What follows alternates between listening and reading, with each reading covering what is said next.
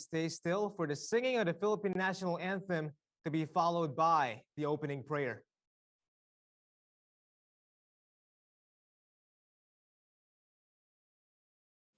Mga kababayan, ang pambansang awit ng Pilipinas. Kayang magiging, tegas ng sinangalan, alam ng puso, sa dikit mo'y buhay.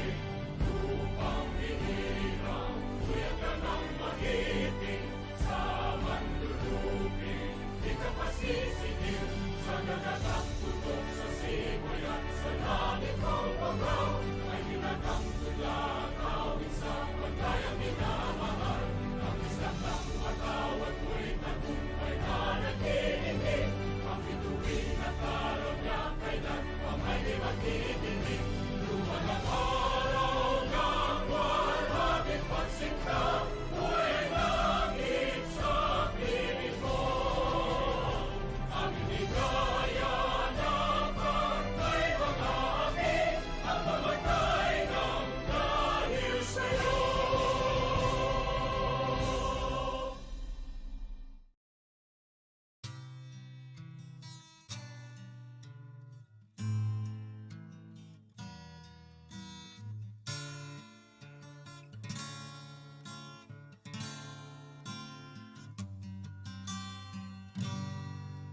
Sikoy ko kami gimu tolangit. Sikoy ko kami gimu taal dawoy bulan. Ikaw ang nagbuhat sa kabituunan. Ikaw ang nagbuhat sa kalibutan. Manama, mawantog ka. Warag po ko ilingkoy ko. O Diyos, kahibulungan ka. Busa ikaw lang ang simbahon ko. Manama, mawantog ka. Warag po ko ilingkoy ko. O Diyos, kahibulungan ka. Busa ikaw lang ang simbahon ko. Busa ikaw lang ang alagaran ko.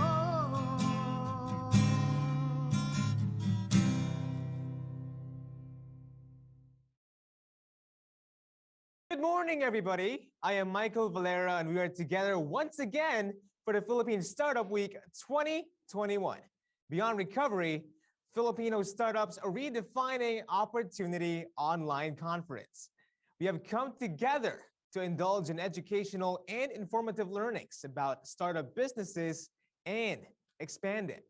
I hope in the past 3 days, our viewers learned a lot and kept in mind the takeaways from the past programs. Just yesterday alone, we had the Technology Business Incubator Summit with the DOST. With the help of our amazing panelists, we discovered how a business, startup, and entrepreneur can effectively raise capital. We also saw how big corporations play a massive role in the growth of the startup ecosystem here in the Philippines. Moving into our fourth day, we will now look into how startups scale and how startup ecosystems in various countries are evolving as well. We will also be enlightened by key executives from the fintech and e-commerce sector, which has been thriving, and the leading startup sectors in the Philippine startup ecosystem. Today's program is the Slingshot Conference by the Department of Trade and Industry. Slingshot Conference is an international conference enabling the Philippine startup ecosystem to scale and develop its ability to cater to the global market. This conference will allow participants to connect with other startups and investors showcasing their products and services, taking part in building the Philippine startup ecosystem, and also enable Philippine startups to go global by establishing and scaling. To formally open our program today and to give us an overview of how the Philippine trade and industry landscape has changed, we have our principal keynote speaker presenting Innovating the Delivery of DTI's Mandates, Digital Economy, Supply Chain, and International Linkages, the Secretary of the Department of Trade and Industry. Everybody, please give a warm welcome to Secretary Ramon M. Lopez.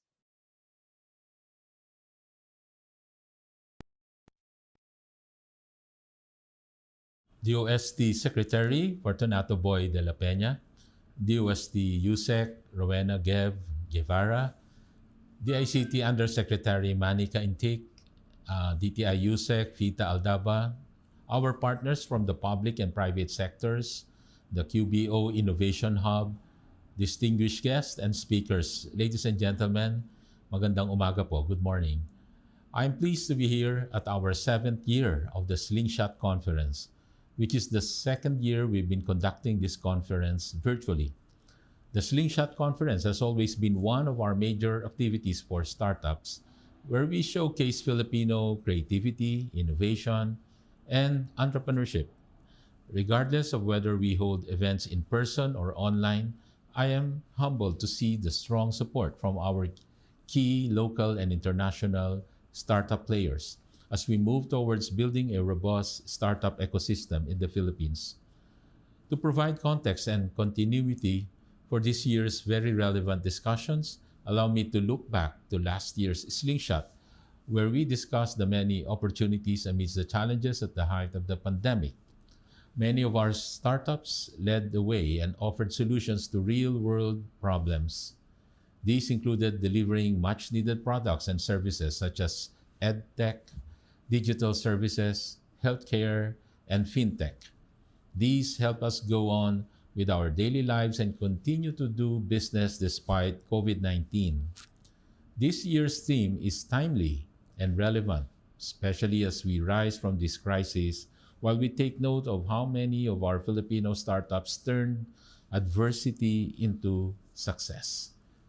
Last year, we were fortunate to have been joined by leaders of global startup enablers, particularly from the US, Taiwan, and Singapore, who discussed models of collaboration among ecosystem stakeholders from different countries and regions. They discussed how these collaboration models provide much needed support and lifelines for startups during the pandemic and showed us the most viable way forward for the startup community, especially as the world expects to recover and even experience a projected boom post-pandemic. I am pleased to share with all of you that this year we will be joined by innovation movers and shakers from Korea, Israel, and France as we continue to reach out to other countries and explore more potential collaborations. I would especially like to mention that our speaker from France, Kat Borlongan, who until recently impressively headed France La French Tech, is one of our own. In Slingshot 2020, we showcased and applauded several Filipino startups that performed exceedingly well. They shared their success stories, experiences, and gave valuable advice for other aspiring startups to carefully study relevant data. Take advantage of the country's unique position when developing an idea and seek help from more experienced startup enablers as they journey to establish, scale up, and globalize their ventures. And as part of the Slingshot Conference in 2020, last year's event culminated with the groundbreaking online SeedStars Manila competition sponsored by SeedStars, a Swiss-based private group of companies with a mission to impact people's lives in emerging markets through technology and entrepreneurship. This year, we are marking a major milestone as we launch the Philippine Startup Venture Fund, coupled with a demo and pitch event. I'm honored to invite everyone here to join us in our Startup Venture Fund pitch event tomorrow afternoon.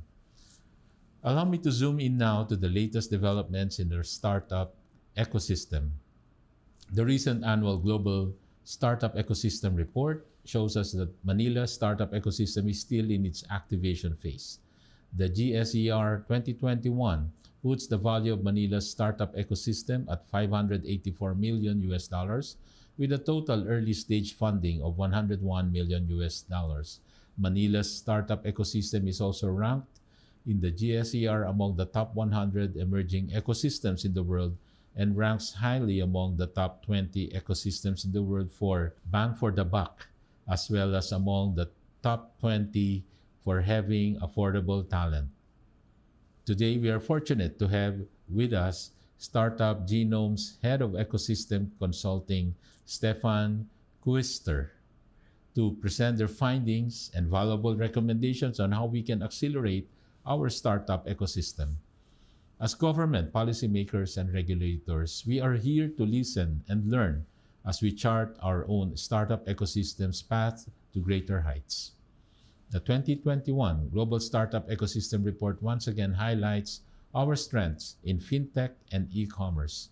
Factors that propelled our relative success in these sectors include our high adoption rate of crucial digital services such as mobile banking and digital wallets, an enabling regulatory environment, and the high number of unbanked and underserved Filipinos that gave ample room for our fintech startups to prosper.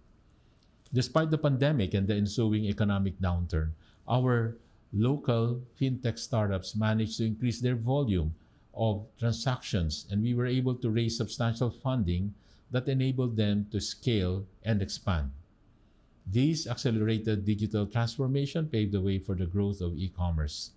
This year, we came out with the E-commerce Philippines 2022 roadmap to ensure continued strategic direction to accelerate growth. According to the E-Economy Southeast Asia report by Google, Temasek, and Bain & Company, the Southeast Asian internet companies are showing double-digit growth, with the Philippines registering the fastest growth of 93% from 2020 to 2021. The forecast growth of transactions for the Philippines is from $9 billion to $17 billion, reaching $40 billion by 2025. We have also yielded 12 million new e-commerce users during the pandemic, the highest proportion of new users in the region. We are confident that with the latest positive developments reported by many of our leading startups, coupled with our steady supply of fresh and highly innovative talent, the Philippine startup ecosystem will soon join the ranks of our peers in the region and from other parts of the world.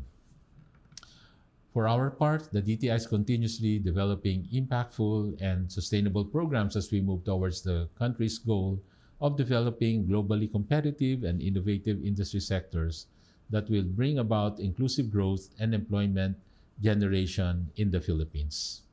To help with this strategy, we have been forming Regional Inclusive Innovation Centers, RIICs, in partnership with the DOST and the DICT and other national government agencies and regional stakeholders, such as the academe. Through the RIICs, we will connect startups in the regions with the various agents in the regional innovation and entrepreneurship ecosystem. These stakeholders include corporates, funders, accelerators, incubators, innovation hubs, as well as government agencies, universities, and service providers.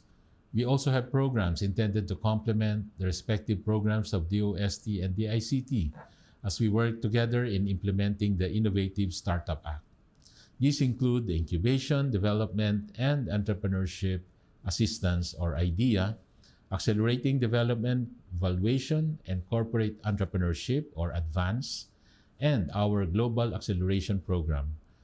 We are going to implement these programs together with our partners. Fourth, and as I have earlier mentioned, we are launching this year the Startup Venture Fund as mandated under the newly enacted Innovative Startup Act. This fund will be used to match investments of selected investors in startups based in the Philippines, either by creating a fund of funds or by direct investment infusion in strategically selected startups. Lastly, we will be establishing, in coordination with the ARTA, or the Anti-Red Tape Authority, the Startup Business One-Stop Shop, where end-to-end registration of startups can be facilitated. It will serve as a platform containing all information on the legal and regulatory processes involved from opening, operating, to closing or exiting a startup. Since 2017, the DTI has promoted 121 Philippine startups in 26 international events in 10 countries on 3 continents. We have partnered with the QBO or QBO Innovation Hub and the Philippine Exporters Confederation in conducting outbound business matching missions intended to support innovation and to help the Filipino startups to scale up and expand to new markets. The Philippine government also sent delegates to some of the largest technology conferences and events in the USA, Canada, Korea, Singapore, Hong Kong, China, Germany, among others. Given the limitations and restrictions imposed as a result of the pandemic, we still endeavor to participate and promote startups at many of these global events. As we look forward to the coming months, let us continue working together and build upon our key advantages in fintech, e-commerce, manufacturing, and digital services. The increased adoption of digital technologies will be our means to sustain our economic growth and competitiveness in the coming years. We must keep working as one Filipino creative community of innovators, entrepreneurs, and enablers. Together, let us build a nation that is forward-looking, sustainable, and inclusive. Maraming salamat po at mabuhay tayong lahat.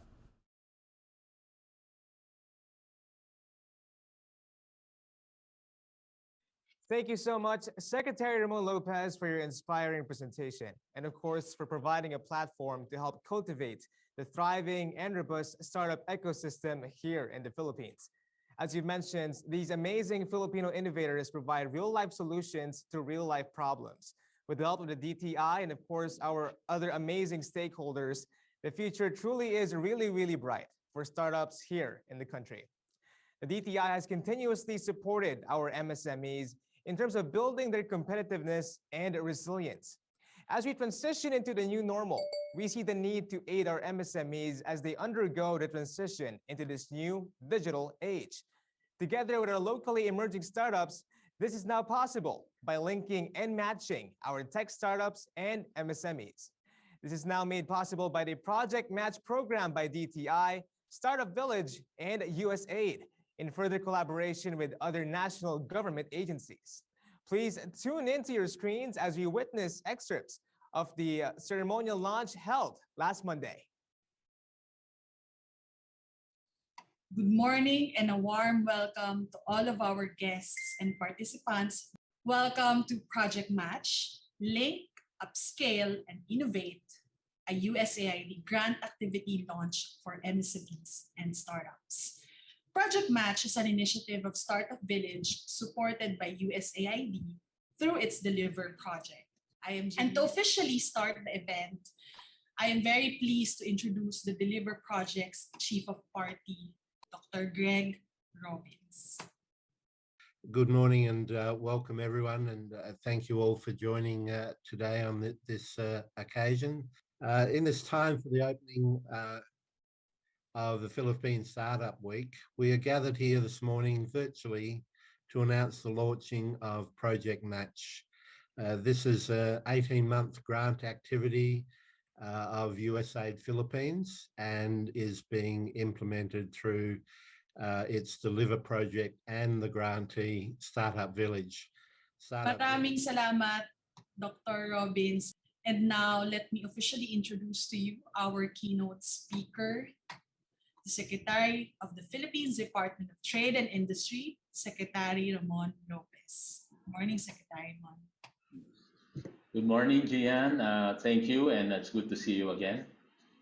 Allow me first to congratulate USAID through its Deliver project and the Startup Village on the launching of this grant activity for micro, small, and medium enterprises and startups. And what better way to do that than to match and pair them with startups that provide these services as well as the technology. Maraming salamat din po, Secretary Ramon Lopez. To deliver the message of support of the USAID Philippines, I would like to introduce to you our next speaker, Ladies and gentlemen, let us welcome the USAID Philippines Acting Mission Director, Attorney Sean Cala. Thank you very much. I am very honored to be here today to join you for the official launch of the USAID Fund Project as part of the Philippines Startup Week 2021. This Philippine government-led conference aims to highlight the Philippine startup ecosystem as an engine for recovery and long-term growth post-pandemic. Let us now proceed to the ceremonial signing between the Department of Trade and Industry and SUB. And we will also have a quick photo opportunity with our major stakeholders. And may we request Sir Carlo and Secretary Lopez to please pause for a bit for a quick photo op while holding the document. Okay. Thank you very much. We request again our VIPs to please pause for a bit for a quick photo op. Right? I think I can see all of them on screen already. At this point, of course, officially introduced to us the platform to do a quick presentation and simulation about Project Match. I would like to call on screen the project lead, Mr. Carlo Calino. Good morning, everyone. We'd like to thank you for joining us on this wonderful occasion. Project Match is a reflection of Startup Village's desire to help and elevate not only startups, but also MSMEs, especially in this world we live in today. Using Project Match is easy. Please watch the succeeding videos to learn more about Project Match and how easy it is to use it.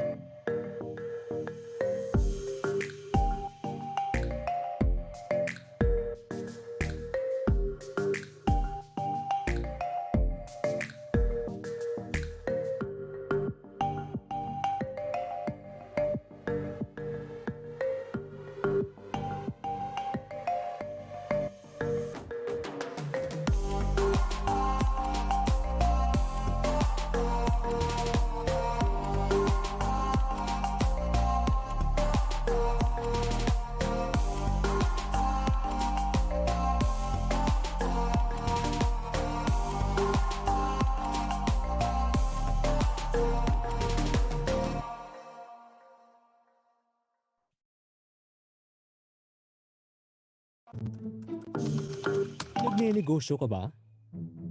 Feeling mo ba na pag-iwanan ka na ng kompetisyon? Feeling mo ba kumukonti na ang iyong customer? Hindi ka ba techie? Kailangan mo na mag-level up at mag-digitalize. Paano? Introducing Project Match, ang platform kung saan negosyo na tulad mo ay makakahanap ng mga innovative startups na makakatulong sa iyong negosyo. Dagdag pa dyan, ang Project Match ay magbibigay ng kaalaman at kakayahan, gabay at patnubay, access sa pondo at puhunan. Nais ng Project Match ay maging susi ng pagbabago sa pag-unlad tungo sa pagbalik ng sigla ng ekonomiya ng bansa sa pamamagitan ng pagtulong sa mga MSMEs na makikita sa pag-angat at paglago ng iyong mga negosyo. Sa pamamagitan ng Project Match, kayo at ang milyong MSMEs ay magkakaroon ng pagkakataon na magtagumpay sa makabagong mundo. Sali na! Match now!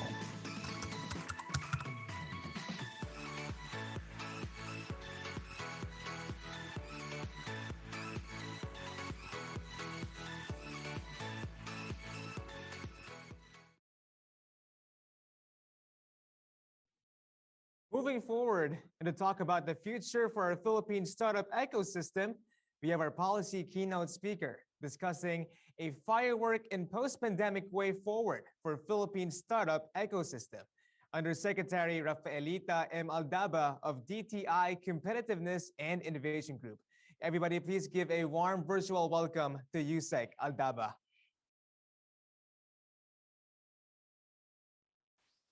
Hello, everyone. Okay. Kindly flash my slides, please. Okay, there you go. Okay, a very good morning, everyone. And I would like to share with you our programs to accelerate the growth of startups. For startups have emerged as key drivers of economic growth and job creation, and they could be our catalyst for radical innovation. Next, please. McKinsey suggests that the world is currently 7 or more years ahead of schedule when it comes to digitalization. The pandemic has accelerated the use of these technologies, and the same technologies would be needed as the economy recovers and prepare for the post-crisis future. There are some key lessons that I would like to highlight.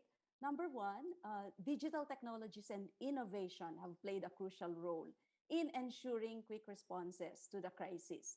Second, as the race for survival intensifies, more innovation would emerge and the less innovative firms would fall behind. And in fact, our mantra now is really innovate or die, digitalize or die. Number three, it's not only the innovative firms that survived, the more resilient firms thrived during the crisis. And so now resilience to external shocks is being seen as a competitive advantage. Next, please. As we enter the new normal, we would expect more firms to tailor their production and supply systems to changing consumer behavior. And this would require agility in production and supply systems enabled by advanced technology and automated processes at the same time. There's a need to adapt to new ways of working to increase resilience. And all this shared responsibility and collaboration would be needed between industry, academia, and government to address social and environmental challenges. Next, please. As you can see on the slide, consumers are cruising a new way of life, adding 12 million new consumers of digital services since the start of the pandemic. The internet economy has been providing the most bang for buck. Based on the economy report 2021, the internet economy doubles to 17 billion US dollars in 2021, with the Philippines leading growth in Southeast Asia with a growth rate of 93%. E-commerce contributed the bulk as it posted an explosive year-on-year growth of 132%. Next, please. There are 152.4 million Filipinos with mobile connections. They represent 138.2% of our population. 71.32 million are active mobile internet users.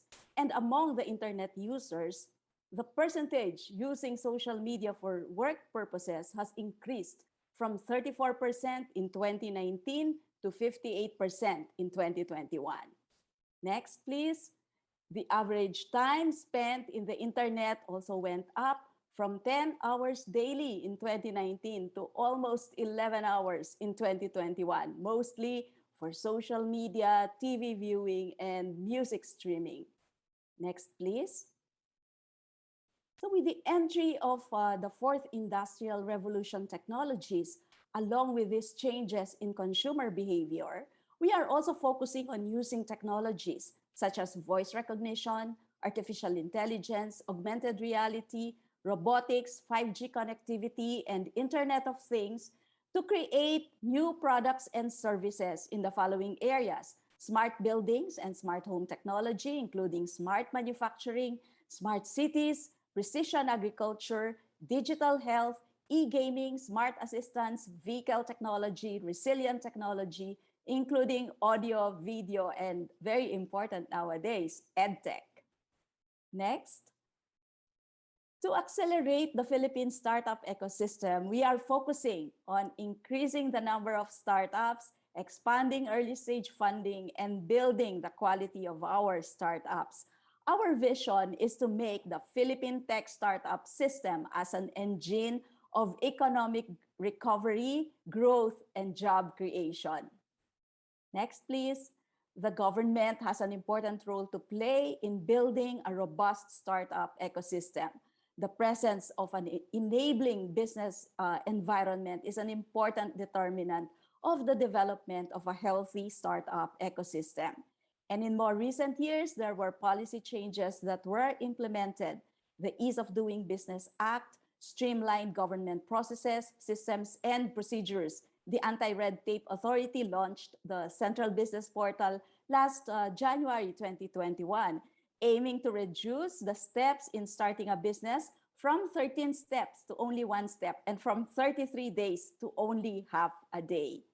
The revised corporation code also allows the incorporation of one-person corporations. A one-person corporation is defined as a corporation with a single stockholder and who shall be the sole director and president. OPC is easier and less complicated as to documentation when it comes to registration.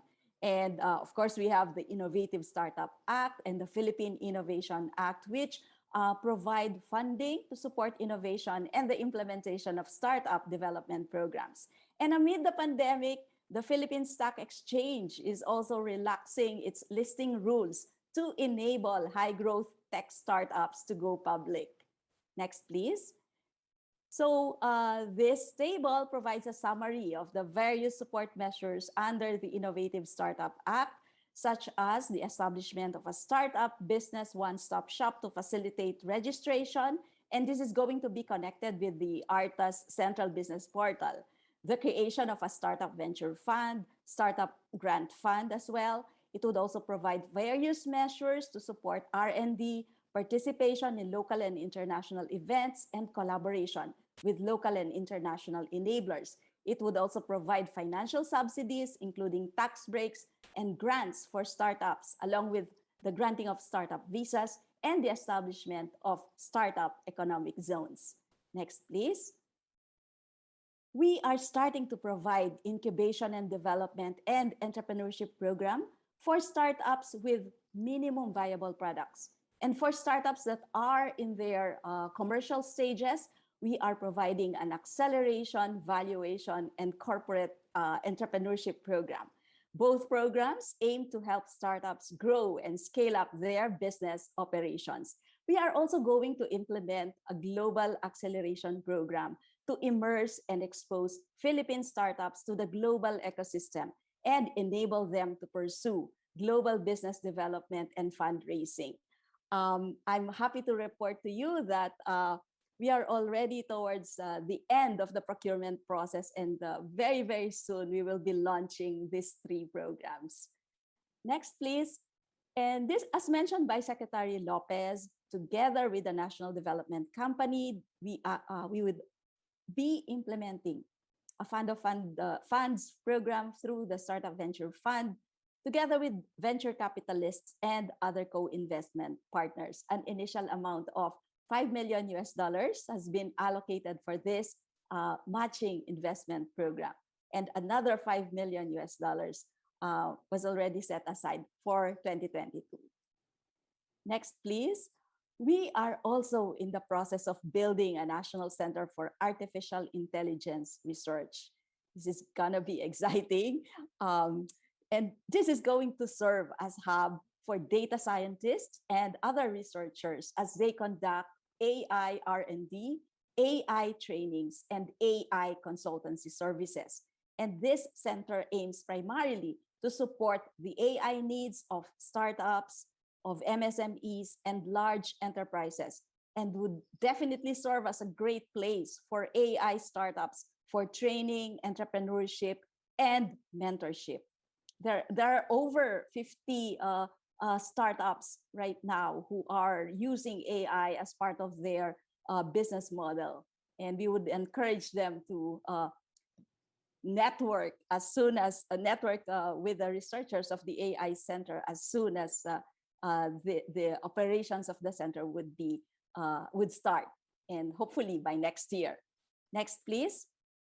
So as we enter the post-crisis future, we are focusing on the following efforts to accelerate the growth of the Philippine startup ecosystem. First, we are growing the number of startups through a larger, more coordinated ecosystem and promotion of technology entrepreneurship. Second, we are increasing early stage funding by attracting more private angels and angel investors, venture capitalists in the Philippines, as well as the implementation of our Startup Venture Fund program. And third, building startup quality by strengthening founder know-how, deepening market research, and increasing talent quality. And of course, we are expanding global connectedness by engaging with foreign partners and connecting the Philippine startup ecosystem with other global ecosystems through investment and knowledge exchange programs. Next, please. The drive towards digital transformation would lead to more innovation and application of new technologies in addressing social, economic, environment, and health problems. But we know that this entails a lot of hard work. Innovation is only 5% inspiration and 95% perspiration. Invention becomes innovation only when the idea is commercialized. And implementing an idea is really a lot of hard work. That's why we have a 95% perspiration. So pursuing innovation is a critical element. So we need to focus on creating a new market or disrupting an existing market. For our startups who are with us today, I hope you would look at mass market needs, which areas are being neglected by incumbents, and make a more accessible and affordable product. I think this is an important lesson that we can learn from the experience of Netflix, Airbnb, and Uber. And of course, the adoption of an open innovation approach is also important. We can look for bright individuals outside our own companies, tap their knowledge and expertise. Apart from internal R&D, we also do external R&D in order for us to build a better business model. So we need to make better use of internal and external ideas and trying to combine all of these ideas together. So how to do that? We can look for partnerships and collaboration models and then scale our innovation. So for example, a startup can collaborate with a corporate or work together with another startup. Okay, so next please. This is my final slide. And to end, I'd like to share with you these quotes from Apple's Steve Jobs, Amazon's Jeff Bezos, and Microsoft's Satya Nadella. We innovate by starting with customer experience and work backwards to the technology, not the other way around. We think long-term, we put the customer at the center of our universe, and that becomes the touchstone for how we invent. Jeff Bezos says they focus on customer obsession, not competitor obsession. And hence, customer problems really are at the heart of innovation. One needs to understand the pain points. And let's not forget empathy, which is a very powerful tool to meet the unmet and unexpressed needs of customers. We need empathy to innovate, and listening to customers is key to develop genuine empathy. And this is the secret of Google, ostentatious listening to customers. So the need for us to listen and engage with customers, emotional and heartfelt appreciation of the needs of the people will help us design better solutions. And yes, we celebrate failure. For each failure, there is a learning. But let's fail fast, learn fast, and improve fast. Thank you very much.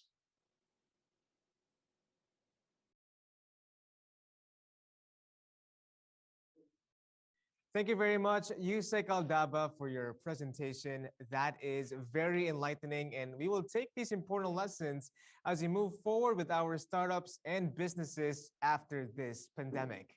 Up next, you will now take a look as to how other startup ecosystems are faring around the world. And to discuss the topic, engaging global ecosystems and startups in COVID-19 response, we have with us today Mr. Stefan Kuster of Startup Geno. Let us all extend our warm welcome to Mr. Kuster.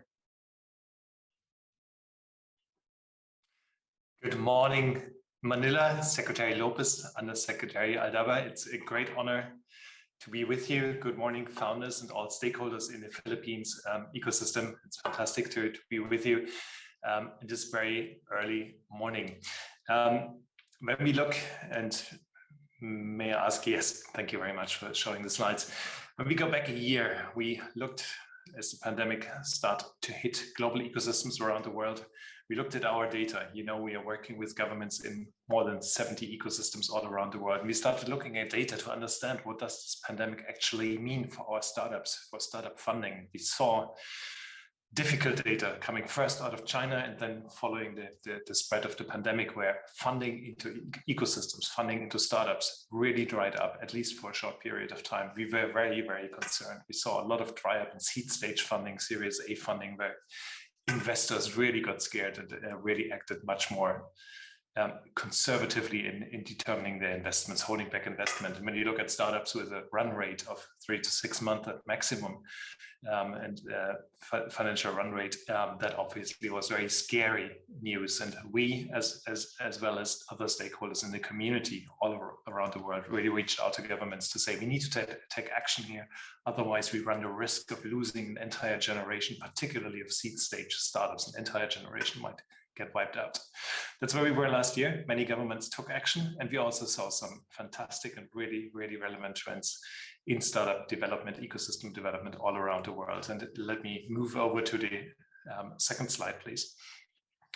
As you know, every year we compile the GSDR 2021. Secretary Lopez mentioned it already in the opening keynote, in which we rank nearly 300, look at nearly 300 ecosystems in Africa, in Asia, in Europe, Latin America, in the MENA, the Gulf region, North America, and Oceania.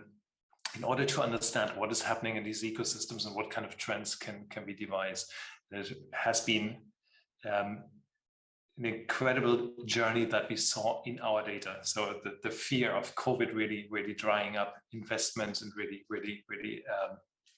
hampering growth in so many ecosystems around the world really has not materialized. Sound government action, as well as a lot of private initiative, has helped not only stabilize the startup economy, but really making it the year of tech, as I would term it. Last year, I think I said, I'm really hoping for startups and technology to show us the route to a different future, a more effective, a more sustainable future, and certainly looking at investment and the creation of startups and scale-up rates all around the world. This is exactly happening. So great news that we can report with GSER 2021 at a great relief compared to where we are coming from last year. Looking at Manila a little bit more specifically, Manila ranks within the top 100 emerging ecosystems category in our report. And that's an important one to mention, it also scores extremely high within the top 10 in the world for most affordable talent. And talent is one of the key ingredients for startup success. And when we put it into perspective, what we are also seeing is the growth of what we would call tier 2 ecosystems. So the ecosystems outside the Silicon Valleys, the New Yorks, the Singapores, or the Londons that are taking a much larger share of value creation and startup creation in the global startup ecosystem economy. And it is incredibly important to have the availability of talent that is qualified, that is available, that is also affordable. So a great factor for Manila here to certainly build upon. Looking at the overall economy, we always ask ourselves the question, what's the worth, what's the economic value of the ecosystems around the world? And this year we can report nearly 3.8 trillion in startup valuations all around the world. And just to put that into perspective, this is more than the valuation of most of the GDP of most G7 economies. And that's I think an outstanding factor. It clearly demonstrates that startups have firmly arrived as a key factor in most economies, or many economies, I should say, all around the world. I'm sitting in London. Here we report that about 10% of our job creation, our jobs are already depending on tech startups. Just imagine that. So we are well outside of little pilots, little experiments, but we are a major factor of the economy. And looking at growth rates, we are the only factor or the only segment looking at global data that is actually creating new jobs. So we are, as startup communities, we are the net job creators in the world, and have firmly planted ourselves in this position. I was talking about our fear about drying of investment drying up last year and triggered through the pandemic. Undoubtedly, this happened for a few months, but sound action helped counteract. What we saw in retrospect, looking at the entire year 2020, global VC investment has almost doubled when we look back over a 5-year period. And last year was incredibly strong, the strongest year we've ever seen. Undoubtedly, whilst these are fantastic news and a great relief, undoubtedly we have seen some issues in seed stage, early stage finance, and that's relevant. That's relevant for startups in the Philippines, as it is in many other ecosystems that are slightly younger in their development. We have seen a stronger position of venture capitalists going into late stage finance, investing into those sorts of companies that already have proven business model, have large customer bases, and they're looking for late stage funding rounds for scaling investment, which in a sense from an investor's perspective certainly is the safer bet to take, as the model is already proven, there's revenue and there are established customer bases. Nonetheless, combined with sound government action and the support for seed stage finance, we've seen great developments in the availability of funding. And I'm so glad to hear from Secretary Lopez today, the establishment of the seed stage fund in the Philippines as well, which I'm sure will do a lot of making available, particularly seed stage finance to our startup founders in Manila and the Philippines. Also to point out, when we look at global trends, the knowledge factor, so this is our grasp of how is talent deployed, how many founders, serial entrepreneurs do we have in different ecosystems. We also see the rise of Asia, and we can report that undoubtedly in China, but also in places like Seoul or Tokyo. We see a great amount of scaling expertise that now increasingly is being built and allows to access mentorships for next generation startups, etc. So all the right trends that are very visible. These are global trends. I also would like to mention, it's not written down on the chart, but to look a little bit at different sectors. Last year certainly has been the year of deep tech, the rise of deep tech, the combinations of software and hardware, complex applications in technology certainly have dominated the development and the growth of the startup economy. AI, machine learning, is off the charts in terms of the size of exits, of capital being invested, and also the creation of new startups. The same goes for advanced manufacturing and robotics. Life sciences, telehealth, all these sectors really have proven their ability to counteract what the pandemic has thrown at the world economies and the industry. We have also seen the re-emergence of education tech, edtech, which had not been developing very dynamically over the last 5-6 years. It is firmly back on the global map of startup development, and being a father myself, I can certainly understand why did edtech in the end allow us to keep our kids educated in that school and make knowledge available very broadly. We've also seen a lot of investment and a lot of development, particularly of younger companies, seed stage companies in agriculture and new food and food-related supply chains.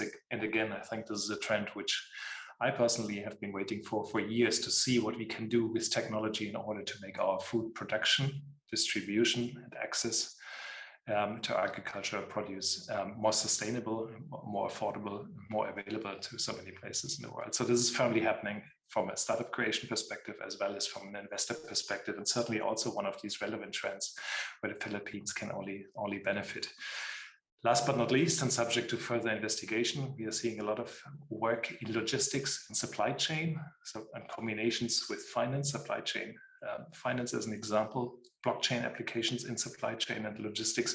And my personal hope would be that we see a resolution of the disruption of global supply chains with the help of technology, starting now, and for this subsector or this sector to further grow this year and next year, and I'm very confident in that.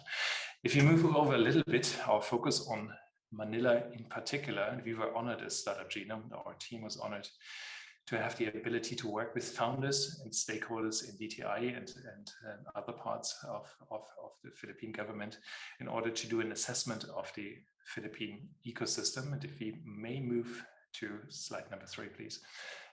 We would love to just briefly highlight the key findings of what in the end is quite an extensive report that has found many opportunities. It also, and being transparent about it, it has found a number of gaps where we still need to put in some work. And many of the initiatives today shown by Secretary Lopez and Under Secretary Aldaba already speak to these gaps that we thought to address. But first of all, big thank you to all founders, to all those who participated and gave us these valuable insights. Key findings very, very quickly. We look at ecosystem phases. We strongly believe that ecosystems go through different development phases in their life cycle, all the way from activation, being a young ecosystem, to integration, being a very, very sophisticated and large ecosystem. And that is important to understand, first of all, whom to compare our performance with, and secondly, and that's maybe the more important point, to determine which strategies are really the right ones. At activation, younger ecosystems follow very different development trajectories than the more experienced environments. With Manila, we are in the activation phase with about 750 tech startups. That's a great number. We would hope that Manila and the Philippines overall are able to produce very quickly an even larger number, to activate more young graduates, but also people already in employment with a professional career, to consider entrepreneurship and to make this leap into starting a company and experimenting with their ideas for real. Why is this important?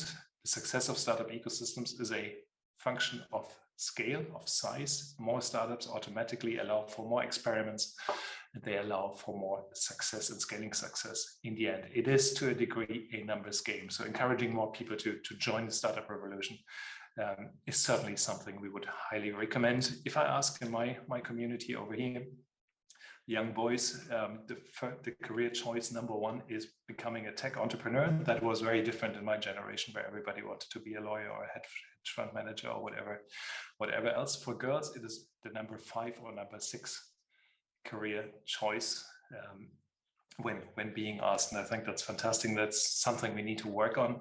We need to help our young people to make this jump into entrepreneurship and to be able to experiment, at least for a while. It helped them with financial means and other supports.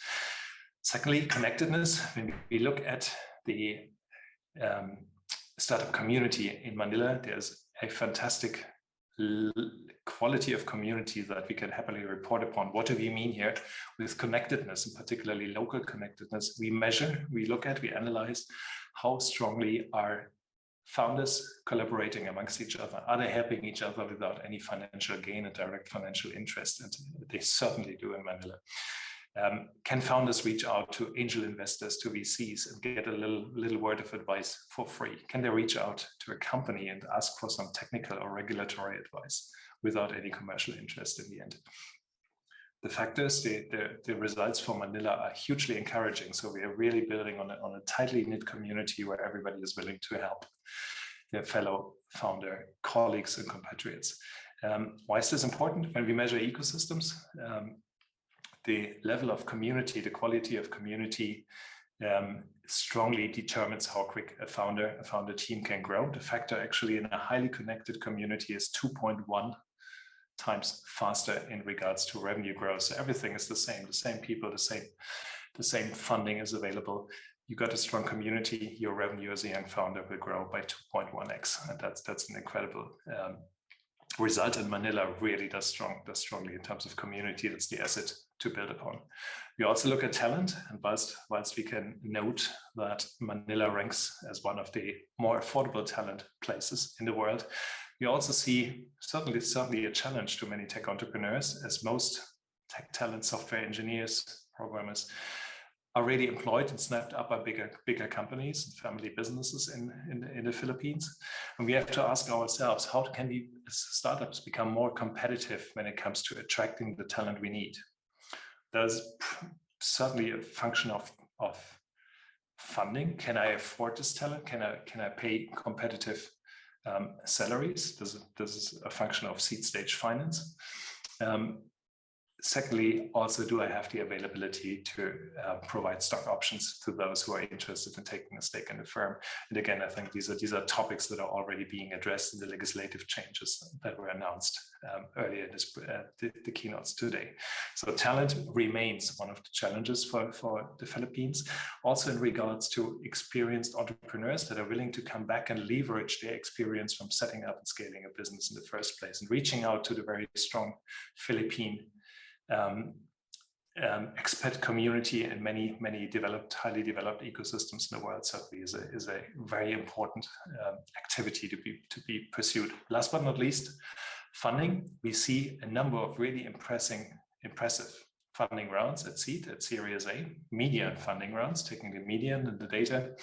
They are comparably high. If we take into account the cost of living, the cost of talent, they are certainly high. And that's a good thing. Companies who actually are able to get an angel round, a Series A round, are well capitalized, which gives them runway, gives them the time, the time that is required to really develop a proper product, a competitive product, and do it extremely well.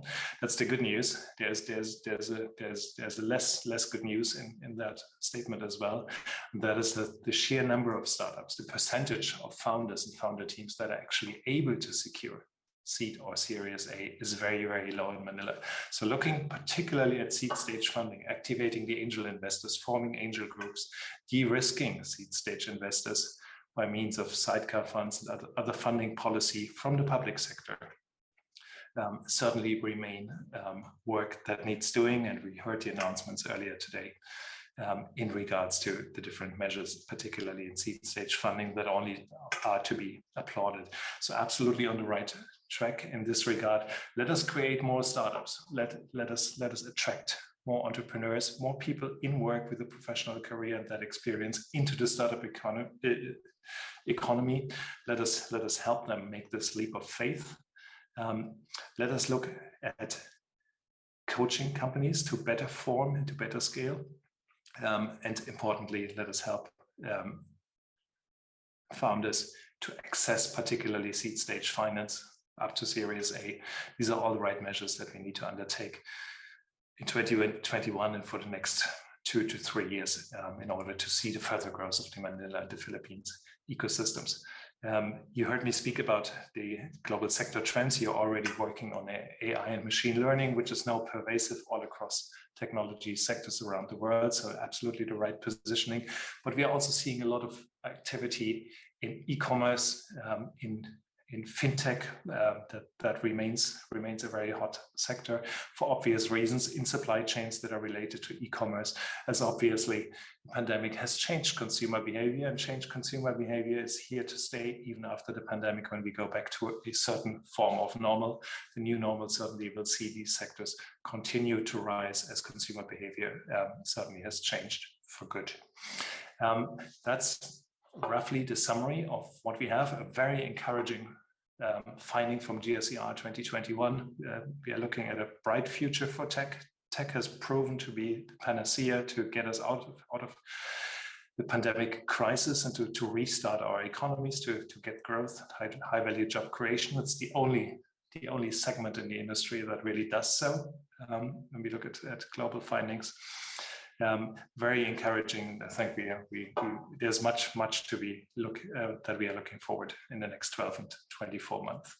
I would like to invite you at this stage, and if you briefly move to slide number 5, please, to the next one, please, to visit our GSER startup report, Global Startup Ecosystem Report. There are many different perspectives on what is happening in different sectors in tech, what is happening in different policies in regards to different policies and initiatives, and obviously what is happening in the different regions that are relevant to you, as startup founders, as you look for markets where you want to further expand into. A wealth of information available on our website, and we obviously are most happy to engage in any discussion and provide further support as you see fit. Thank you very much for the opportunity to address the startup ecosystem in the Philippines this very morning. It has been a great honor. Thank you very much. Thank you very much, Mr. Kuster, for that insightful presentation of global startup ecosystems. It is undeniable that the pandemic affected everything, the global startup ecosystem included. But as Mr. Kuster mentioned, despite that, the future and outlook is very, very bright, not just in Manila, but also the Philippines and the world. With committed institutions like a DTI by our side, now is the best time to share your innovations and ideas to the world. Moving on, we will now dive into fintech, one of the leading startup sectors in the country. We have an interesting discussion ahead of us and a great set of panelists talking about financial inclusion in the digital economy, accelerating post-pandemic recovery. We have Mr. Melchor Plabasan of Bangko Sentral ng Pilipinas, Mr. Kelvin Lester King Lee of Securities and Exchange Commission, Mr. Frederick Levy of GCash, Mr. John Yanushak of UBX, and Mr. Artie Lopez of NextPay. To moderate our panel is Mr. Earl Valencia of Plantina. Everybody, please give a warm virtual welcome to our amazing panel and moderator. Hello, everyone.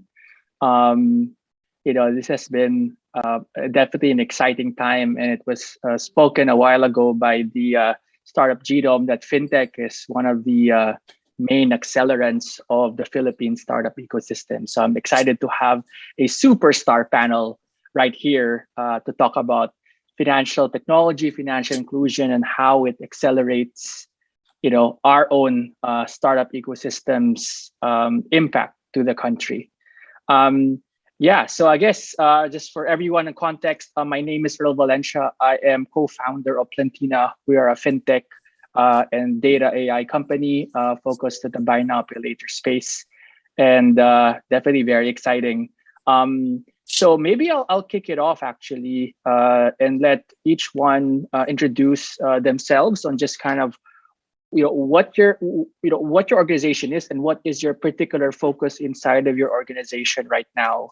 So maybe let's go first to Director Melchor, then Commissioner Kelvin, then John, Artie, then Fred.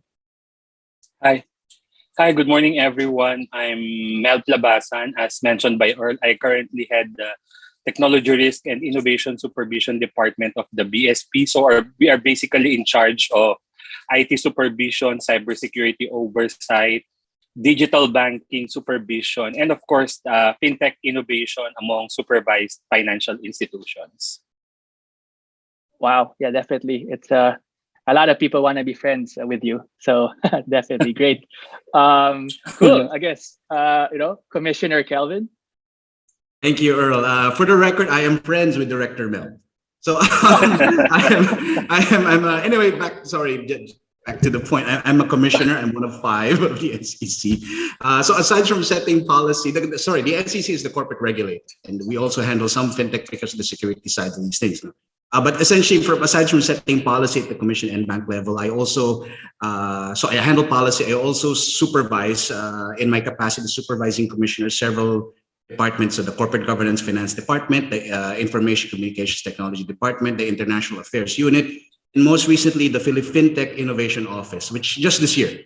And to be clear, the Fintech Innovation Office is tasked by the Commission to handle and study policies in relation to regulation of new and existing fintech.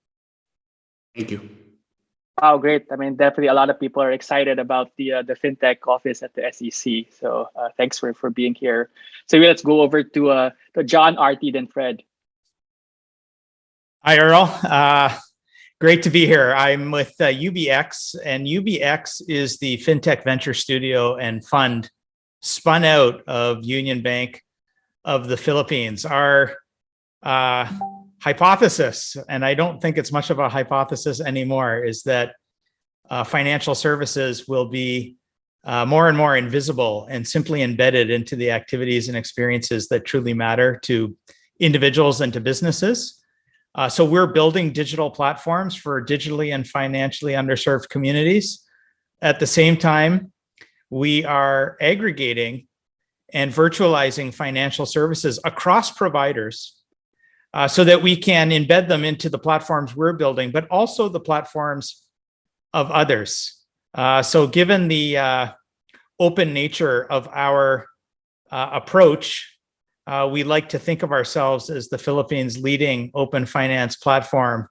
And the one thing I'll add on before I pass it on is that we've made significant investments in leveraging blockchain, crypto, and DeFi technology. And I think as we move along in the discussion, those topics will become relevant and interesting.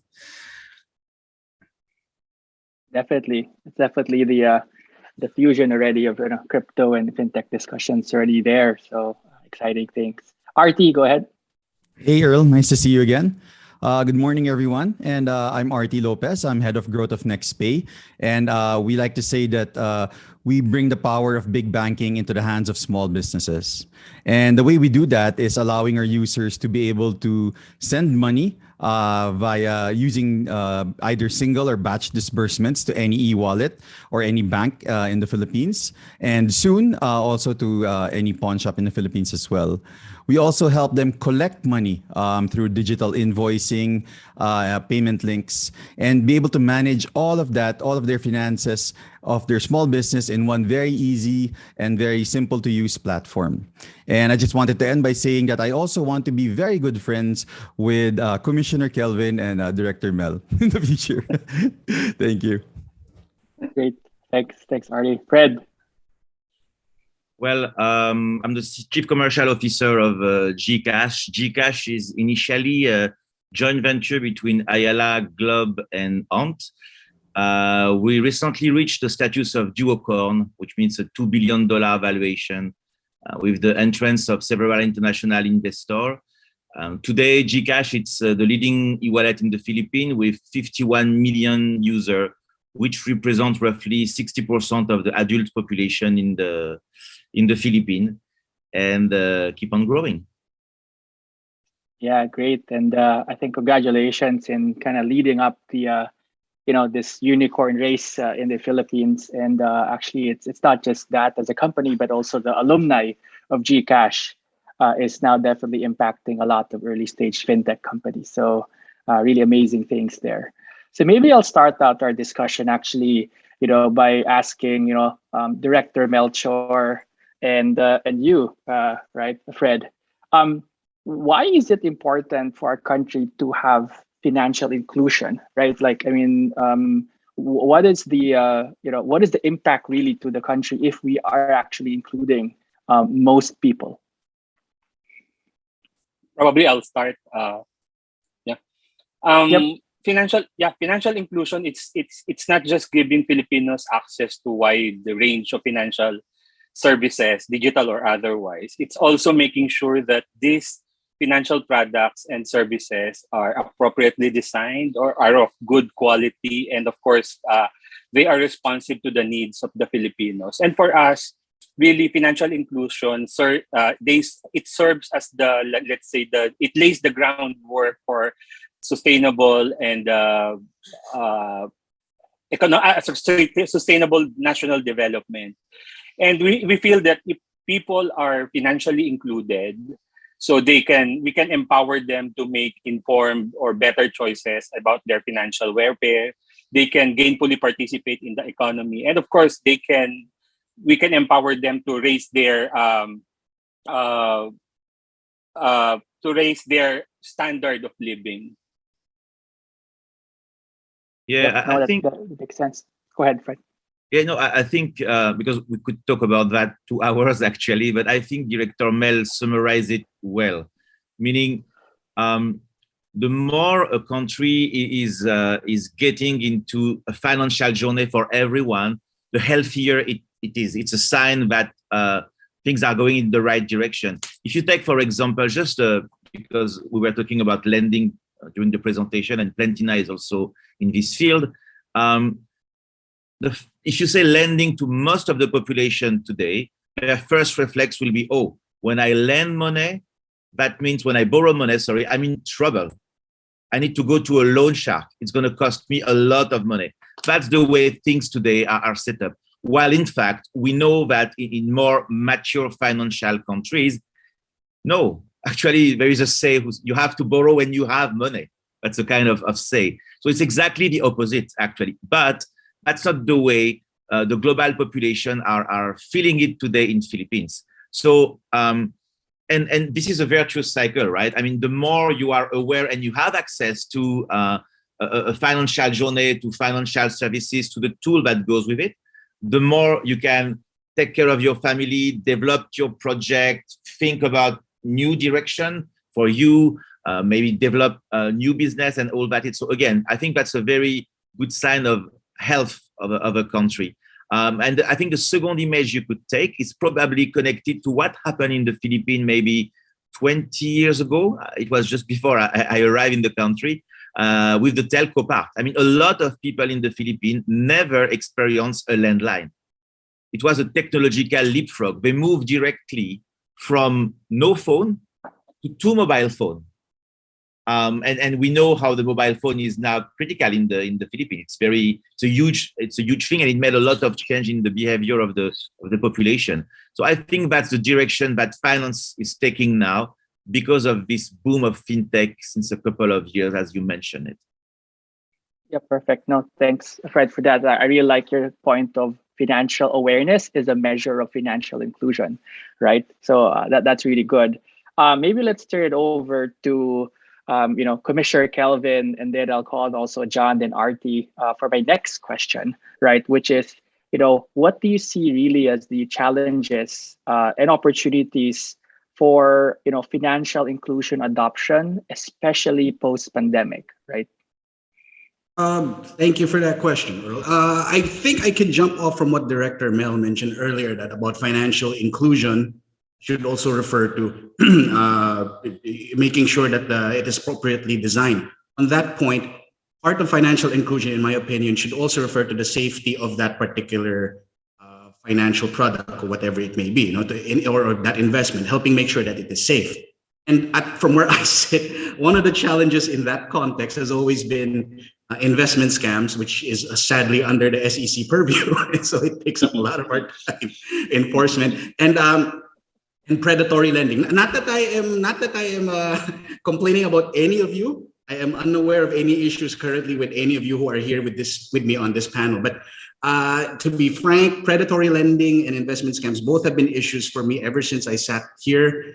It has been difficult to deal with. For instance, there are multiple investment scams that claim to be fintech related, digital asset related, crypto related, like that recent one. I don't know if you've heard about it, CN Coin by a vlogger who claims to be a fintech guy, who even claims to have a digital bank. By the way, Director Mel, that's my way of warning you about this guy already. He has something called a ZN Bank, which supposedly backs up the ZN Coin. So there are things like that. That's actually why we've come up with different advisories. We even had warning the public about these things. One advisory is very specific. We tell people, we advise people not to not to invest or put money into any company that is not registered here in the Philippines. So we try to discourage them from going in that direction. Another action we recently done was against predatory lending. We issued a moratorium on online lending platforms, meaning we don't allow new online lending platforms until we come up with our new online lending rules, precisely because we've had issues on predatory lending. Once again, not a hit on your companies or who are with me. No, so it's a different context. So I guess that's the thing I want to bring up. Predatory lending, investment scams, things like that. That definitely is a problem for financial inclusion because people get scared, to invest in these things, to come into these things, because they're not even sure if the things they're going to get into is going to have repercussions later on. And perhaps on that point, one opportunity that I think you mentioned, what are opportunities in this space as well. From where I sit, again, one thing I'd like people to consider is that one key fintech opportunity would be cybersecurity and compliance, red tech, SupTech, things like that. Because I personally want more attention on this space. Right now, it seems to me everyone is excited about digital lending, cryptocurrencies, digital assets, crypto, but there isn't as much excitement on cybersecurity or compliance. So hopefully more people see the opportunities in that space as well. Thank you. Totally makes sense. John, go ahead. Yeah, thanks. I think the big challenges remain the on-ramps? How do you get people onto the opportunity? I'll speak about the opportunity in a second that fintech, the new digital banks and whatnot represent. And I'm with Commissioner Lee on this completely. It's all about trust. It's all about security, safety. And I think that's why, number one, it's very, very important that the fintechs, including those in the emerging crypto and DeFi space, work very closely and hand in hand with the regulators, whether it be the central bank or the SEC. Because that's like table stakes. It's like running you can run a discount airline, but the one thing you can never discount when you're running an airline is basic airplane safety. So I would say that the same sense applies for fintech. Trust, compliance, security. These are just table stakes for any kind of viable long-term play.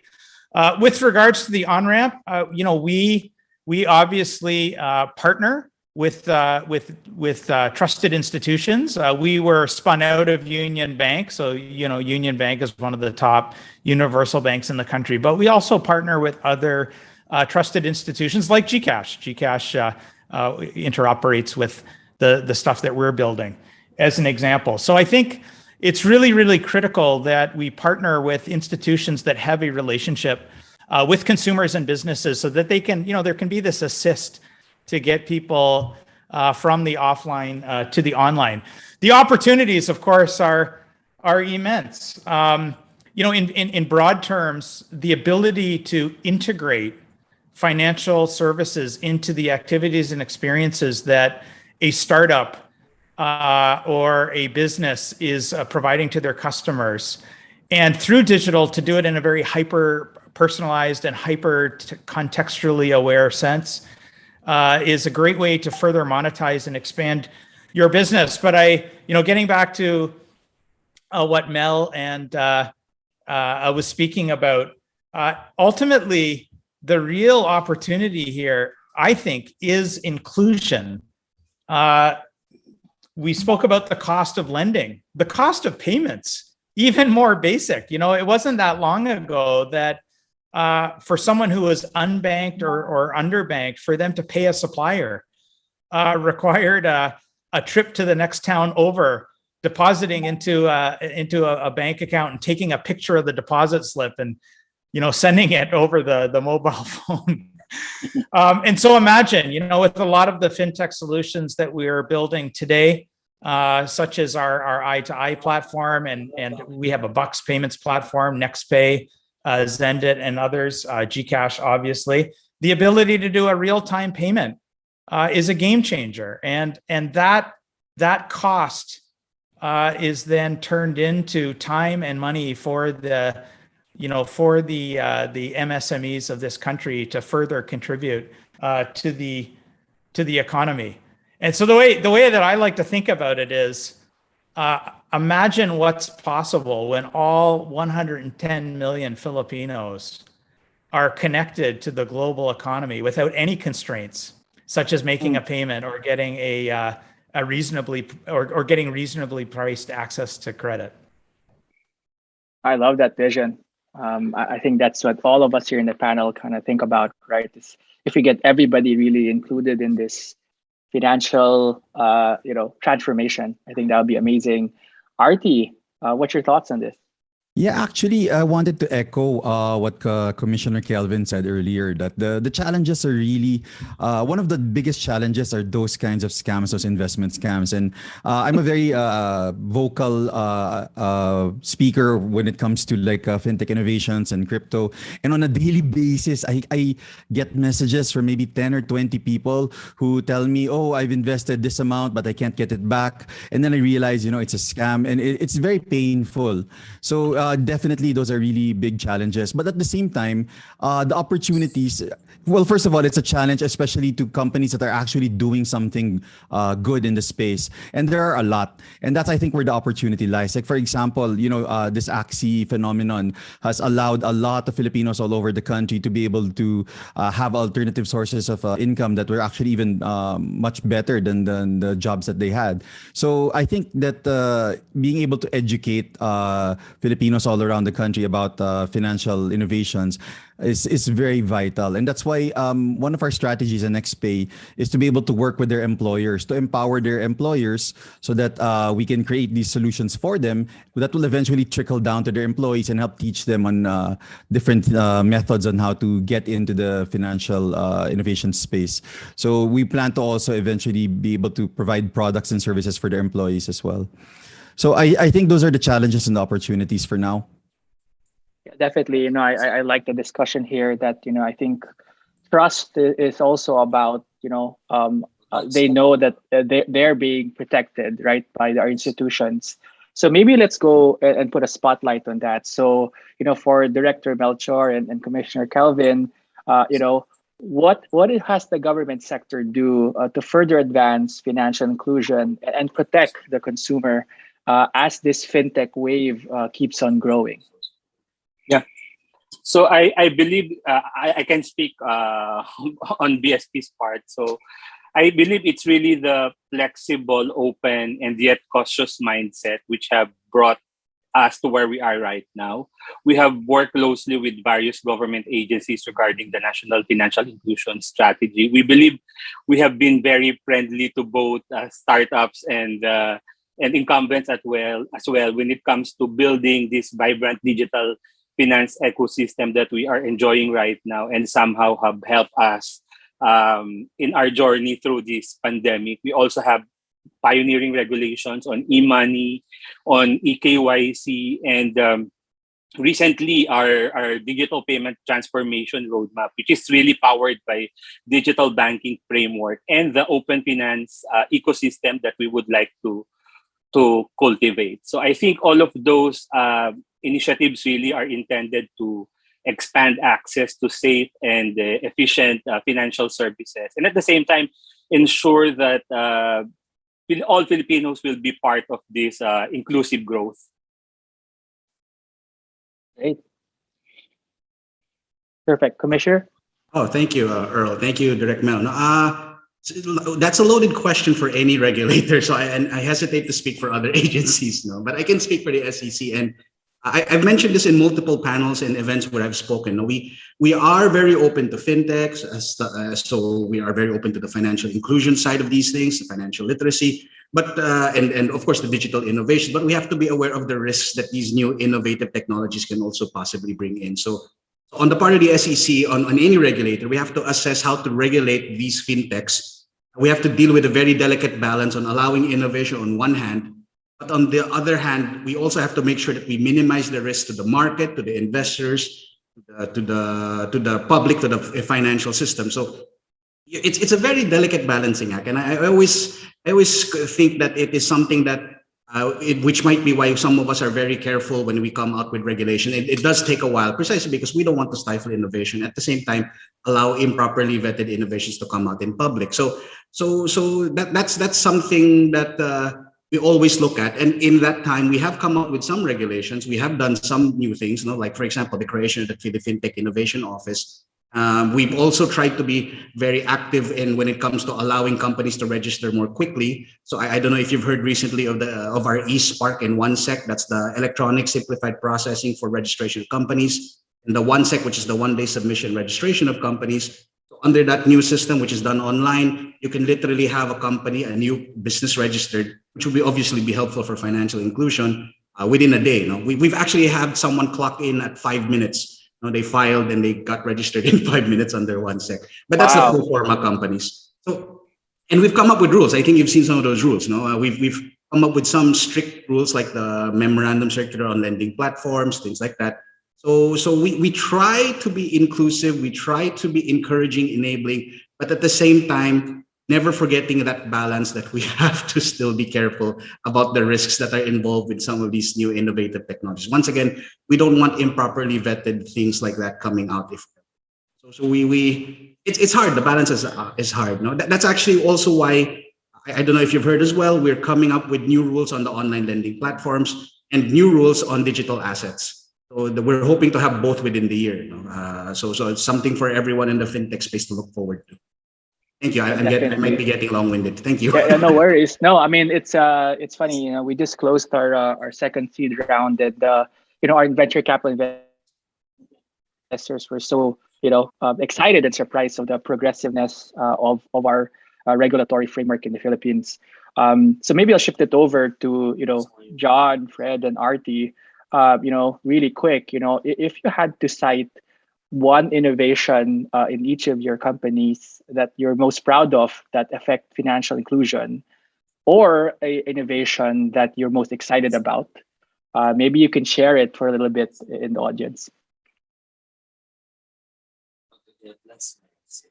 John, go ahead. Okay, I wanted to give Fred and Artie a chance to jump in first, but yeah, no, happy to do that. One of the ones that we're most proud of is our CCAP lending platform. It's an embeddable lending platform, and what it does is it connects SME, micro, small, and medium-sized enterprises to credible borrowers with reasonably priced lending products. And it's meant to be embedded into the platforms where MSMEs congregate. Now, this should go without saying, but worth saying again. Over 99.5% of the businesses in the Philippines, the commissioner can correct me if I get the number a little bit wrong, but they're micro, small, and medium-sized enterprises. Pre-pandemic, they drove over 60% of the GDP and employed over 60% of the population. Yet, under 10% of loans extended by universal and commercial banks went to this critical sector. Critical, absolutely critical to the Philippine economy, maybe even more so under the pandemic. And so our platform, for example, we've partnered with popular platforms with merchants like Lazada. So within the Lazada merchant experience, if you want access to working capital, you click a button. By clicking the button, you're authenticating yourself as a merchant on Lazada, but you're also authorizing the sharing of some of the sales data. And that allows the lenders on the platform. And there's more than one, so it's open. So a nod to Mel's point on open finance. There are 13 lenders on the platform so far, and we're adding more every day. But all of these lenders are reputable, and they are rendering a lending decision in real time and on the spot. And so now these merchants, what matters to the merchants isn't going to the bank. They need the credit, but what actually matters to them is to actually sell stuff, right? Like that's why they're on Lazada. And so we want to make that as invisible and as seamless as possible. In terms of what's exciting us about new innovation, we are working on an application that will allow Filipinos to invest, lend, and purchase crypto and DeFi products. But we are doing this in a way that focuses on the customer experience, including all of the things that Commissioner Lee is talking about. So we're going to do this in a way that is compliant with all of the country's laws and regulations, because that's also part of the user experience and the customer experience. They want to know that what they're doing is safe as they embrace what's quickly becoming the financial operating system of the future. Great, I love that. Fred. Well, since we are into the startup week, maybe I could approach it from a startup entrepreneurship spirit. I mean, Gcash is releasing multiple features or sometimes new products every month. So there's a lot of stuff. But personally, there is maybe two things that I think worth to be mentioned. Number one particularly during the pandemic part. Recently, it's not official yet, but very soon we will reach 4 million of merchant and social seller that are using GCash for transacting. And the interesting part is, I think, 1 year ago, maybe 1 year and a half ago, it was 600,000. So the gap is pretty significant, from 600,000 to 4 million, close to 4 million. So that's very interesting, because not only it push people from, entrepreneurship, it's very easy now. You can have your KYC done is like less than 3 minutes, and basically you can accept receive money, which is a form of payment, in a couple of minutes. So not only it push entrepreneurship, but also I think in this difficult time where everybody is looking for a new form of livelihood, suddenly you become critical for family and people to move on. So that is definitely one of the innovation, if you could call it that way, that we are very proud of at GCash. But the second one, which maybe is more from a consumer standpoint, but also maybe a company strategy eventually, we can see that the company now, GCash, is moving from a pure fintech operator to actually a digital lifestyle operator. The DNA and the core is still fintech, of course, but you see that now we are proposing more and more feature where you will journey actually the Filipino in everything they are doing. The launch of G-Life, which is our e-commerce road now, with more than 300 merchants. And when you see now already the volume of transaction and of business that's happening there, of course, it's based on the fact that you have the audience and you have also the payment system in a click. It's very encouraging. So the fact that people can trade now even as low as 50 peso, the fact that they can do e-commerce, the fact that they can pay their bill, and all of that, suddenly you realize, okay, we are going now beyond just being a fintech player, but we are actually now a digital lifestyle partner to every Filipino. I think this direction is very interesting, because as a platform, you can imagine the opportunity it can bring for us and for the consumer. I love it. No, that makes sense. Artie, kind of thoughts here? Yeah, I a lot of great stuff from John and Fred, and I think John said it, about 17 million registered and unregistered SMEs, which is about 99% of the economy, is severely underserved when it comes to financial services. And I think the real value of NextPay is that we bring a lot of these services that are usually very separate or very small businesses have no access to. So like, for example, sending money and collecting money, usually those are two different things. You have a payment gateway, and then you have a different service for collecting, and then you also have a different service for, let's say, your credit cards. And what we do is we really bring all of this into one hub so that these SMEs can get access to it. So I think that's the value that we bring.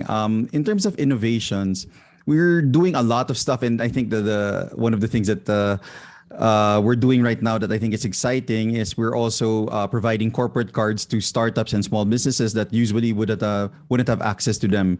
And we've seen some very good insights and behavior there. So that's very exciting.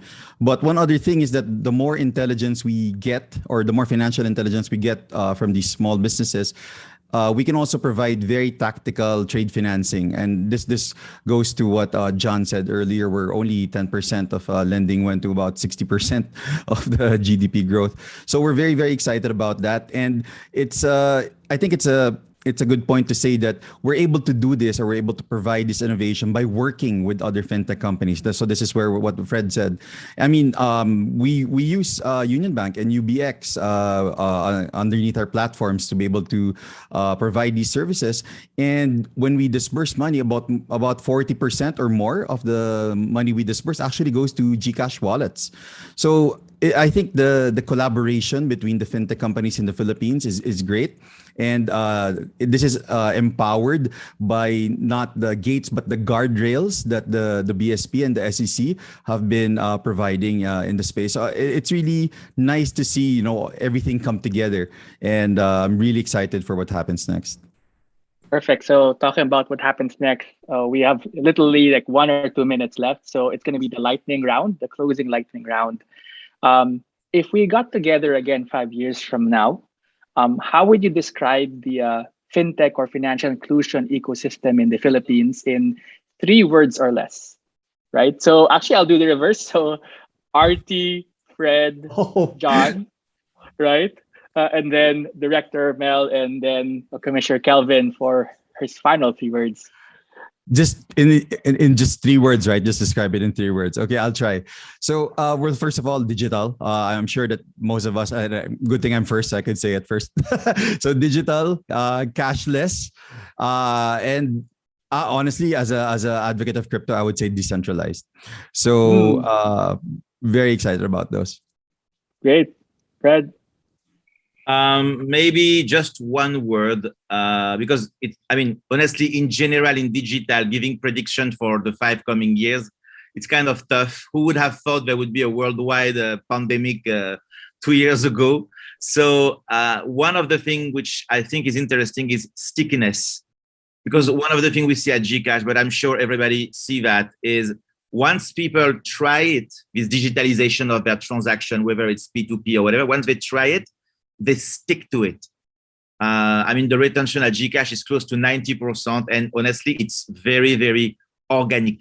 So I think we reach a point where the experience is so good at this point that people just stick to it. So I don't know exactly where we will be. Probably there will be crypto, there will be, more financial services and everything. We can take a look on what's happening in more mature market, actually, and it gives you an idea. But one thing is for sure, it's not a fade. People are going to stick to it. It's not going to go anywhere, actually. Great, definitely. John?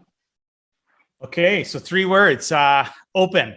I think in 5 years' time, customers are really going to control their data. They're going to demand interoperability, which is actually required for the kind of innovation that can occur, and the cooperation that Artie was even alluding to. That's already happened today, but with the framework being set forth by the central bank, it will make it, I've used the term before, table stakes. So open would be word number 1. Number 2, I believe that we are moving. The pandemic got everybody on these digital platforms out of sheer necessity. I think the natural evolution is decentralized and disintermediated. So my second word is 2 words: decentralized and disintermediated. I think it's an inevitable future, and we just need to accept that and work around it. And I think we'll see, 5 years time, it's just going to be accepted. And then the last one, maybe to be a bit different, is invested. I think in 5 years time, the Philippines will be much more invested in innovation, in the startup ecosystem, and in fintech in particular. The Philippines is becoming, I saw something in the news this morning or in my LinkedIn stream, and the Philippines is now like one of the top 100, or Manila maybe is one of the top 100 communities or ecosystems for startups. So I think we're seeing the Philippines, because of the size of the opportunity, if anything else, evolving into a evolving a healthy startup ecosystem. But historically, we've been underinvested. And I think in 5 years' time, you're going to see that gap getting filled, because the opportunity is so large. And we have a very big ocean to fish in here, all of us on this call, and many, many more. So, it's great that, for example, Artie and Fred and I are sharing in this vision of opportunity and access for all. There's a room for a lot more people to be here in the Philippines and making that 5-year projection a reality.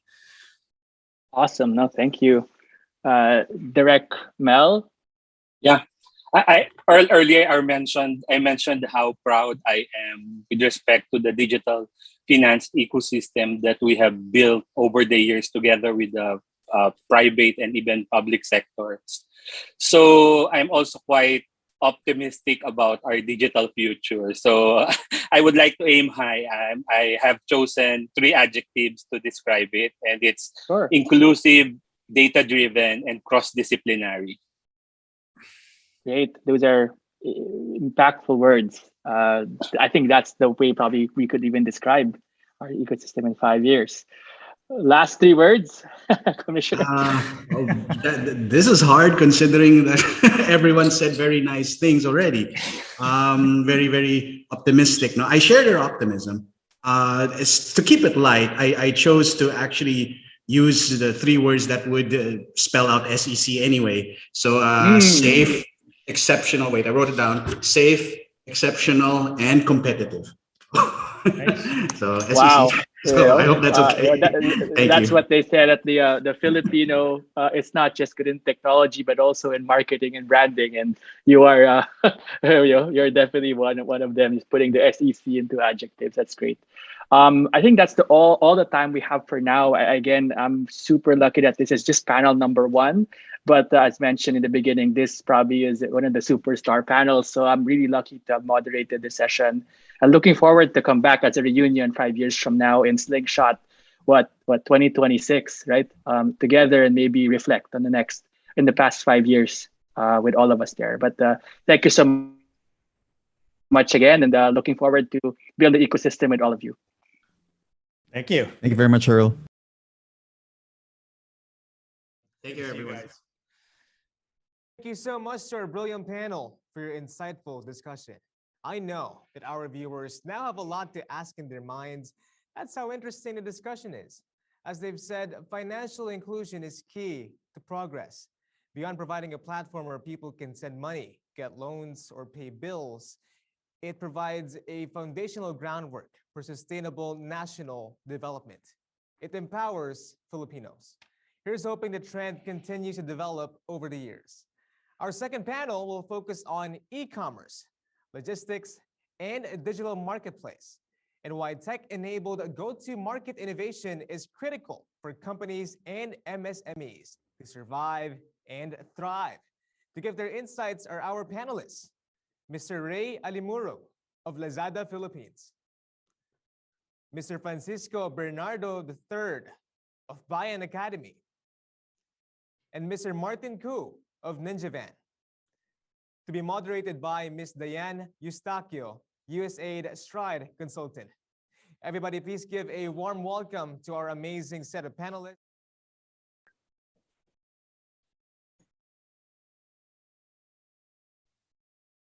Good morning. Good morning. Hi, morning. Professor Jay, Hello. Martin, and Hi, Ray. good morning.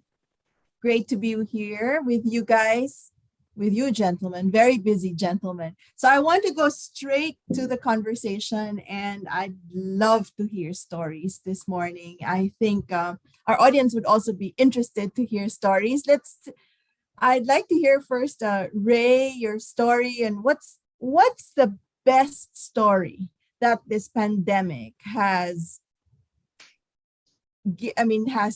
made out of, from Lazada and among all of the stories you have in Lazada, what's the best story you could tell us today? Hi, Diana. Thanks. Yeah, I think there's the story about the larger shift in the economy and how people shop and how people interact with digital. But probably I'd tell a smaller story, about we had a seller who was running 2 restaurants before the pandemic, and the seller really thanked us, and he said, so because of the pandemic, the restaurants were empty, right? He had 2 restaurants, both restaurants were empty, and during one of our conferences with this seller, in the middle of the pandemic, seller said, "I really want to thank you, Lazada, for enabling me to shift my entire business online," right? And he said, actually, in his words, "Thank you for saving my life," but not just his life. He said, the lives of the 32 other employees that were working for him. I think that brings home the picture of what we as a digital platform have been able to do in the pandemic with MSMEs. Fantastic.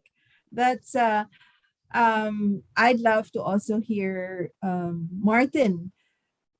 What's your story, or what's the best story that the pandemic has brought out? Yeah, thanks, Dan. For us, I think one of the first things that we encountered in the pandemic was this restriction in terms of what kind of goods and services could move, right?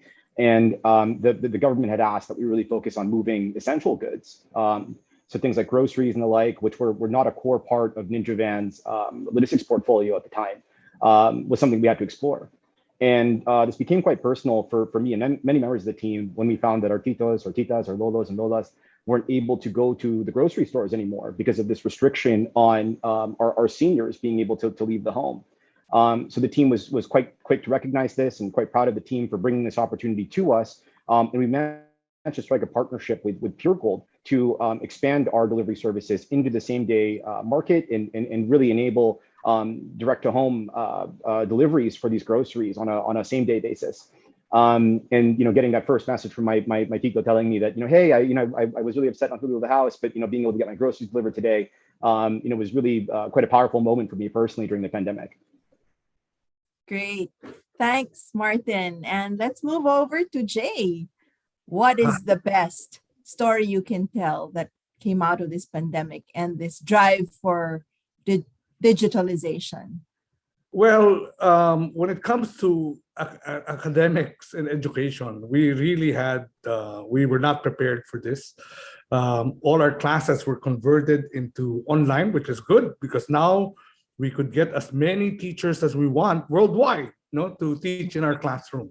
That's the good side of it. But again, the preparation of the educational side, we were not very prepared as far as materials are concerned. And the demand for online education as far as e-commerce has risen because of so many entrepreneurs going into this space. And we started developing an e-commerce academy to help the micro enterprises be able to sell their products and to be able to learn how to distribute them.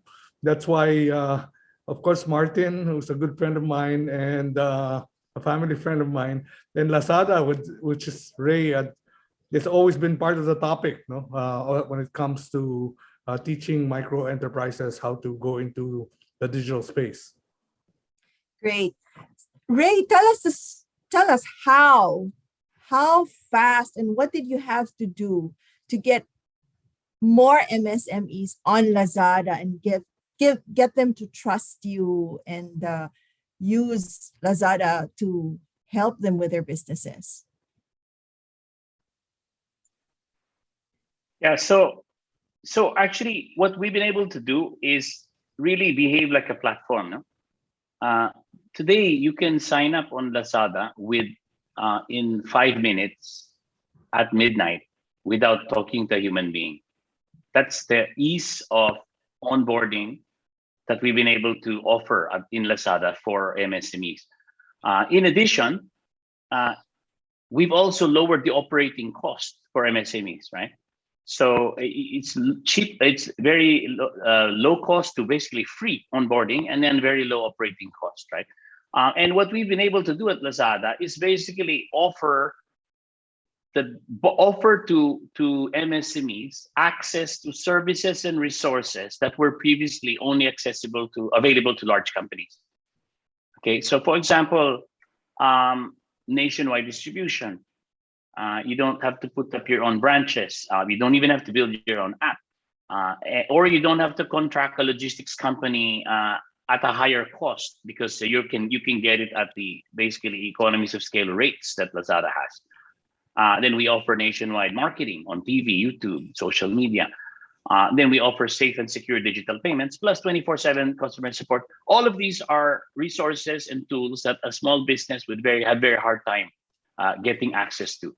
Okay, either because they will not be offered it or they don't have enough capital, right? And in addition, we also have tools that help MSMEs elevate their stores, right? So tools that help you manage your content, promote your products, get traffic to your store amongst the 100 million products on the platform, right? So this is how we help MSMEs onboard and operate, grow on Lazada. How much growth did you experience from the time the pandemic struck? In terms of MSMEs? Yes, so MSME onboarding, I would say pre-pandemic and during pandemic we were getting 3 times more MSMEs joining our platform every day. 3 times more. So that's probably affecting Ninja Van. So Martin, from the e-commerce economy report by Temasek, Google, and Bain, they said that the non-metro Manila areas, the non-metro areas are the ones that have experienced more growth. How did Ninja Van respond? And can you tell us how things are at the non-metro areas? Yeah, absolutely. I think it's a really great point, in fact, because this was one of the biggest changes that we observed at Ninja, was how these demand centers were changing and evolving, right? Moving out of these key metro areas where I think we were more overdeveloped, where customers were more confident and comfortable with the idea of e-commerce and really had the means to transact online in terms of at-home internet connectivity, better device access, or better payment access. What was interesting for us was that this shift was really driven by need, right? People no longer had the means to access the kinds of goods that they used to just by going outside and going to the mall or going to the store. So we've seen that really across all provincial areas across the country, we've seen significant growth.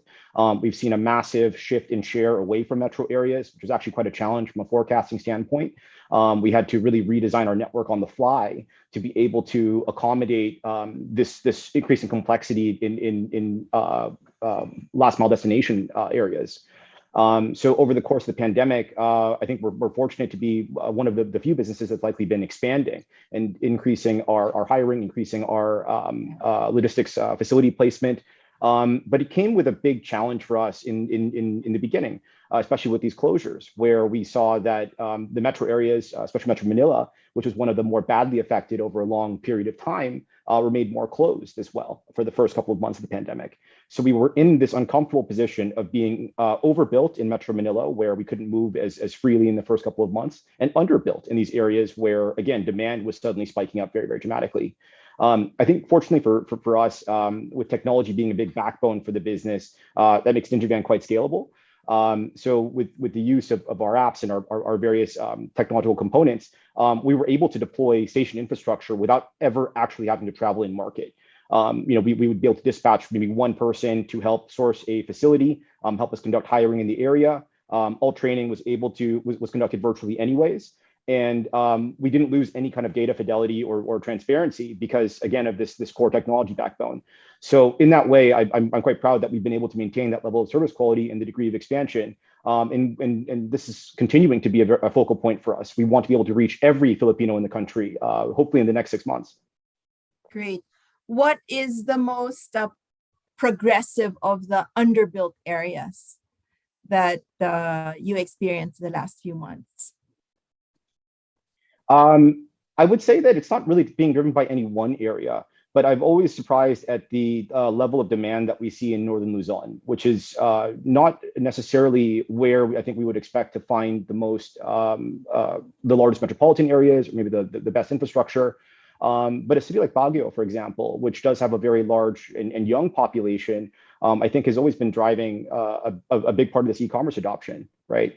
And I think our young population is an advantage for the adoption of e-commerce because it's really more intuitive for this generation. People are more comfortable in transacting and existing online. And they act as sort of ambassadors for the rest of the community in the area, right? Where they see a nephew or a son or a daughter receiving packages every day from great places like Lazada, and they say, hey, why can't I try that myself? Yeah, the younger generation is really what's helping bridge the older generation. Jay, I'll move over to you.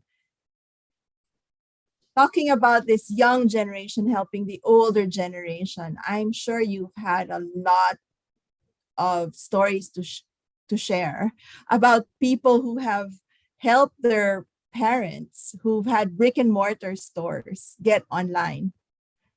Yeah, well, what really happened is that during the pandemic, a lot of jobs were lost and a lot of people were forced to look for income opportunities. And a lot of mothers started cooking, baking, and selling within their own community. But what was lost during the pandemic was the access to market. And before, you might be able to go to malls and all that stuff. This forced them to go digital and to learn digital, and to be able to sell whatever products that they're having in e-commerce stores, and to be able to learn the delivery systems that they would have to go through, especially for those who already had there were a lot of stores, especially restaurants, that closed down during the pandemic. But there were actual number of home cooking stores was more than the number of restaurants that closed, meaning there's really a big growth in people being able to sell their home products. And of course, the youth will help their mothers be able to do this, also because it's sign of desperation on trying to get some income because of lost jobs and lost opportunities. And this is where the collaboration takes place. So the youth, because of their knowledge of technology, and older people because of their wisdom on running a business, together they make a perfect group, the perfect team. So all they really need to push now is that as they go bigger, they have to learn how to get into these e-commerce platforms, and how to learn to. Right now, they're delivering on their own.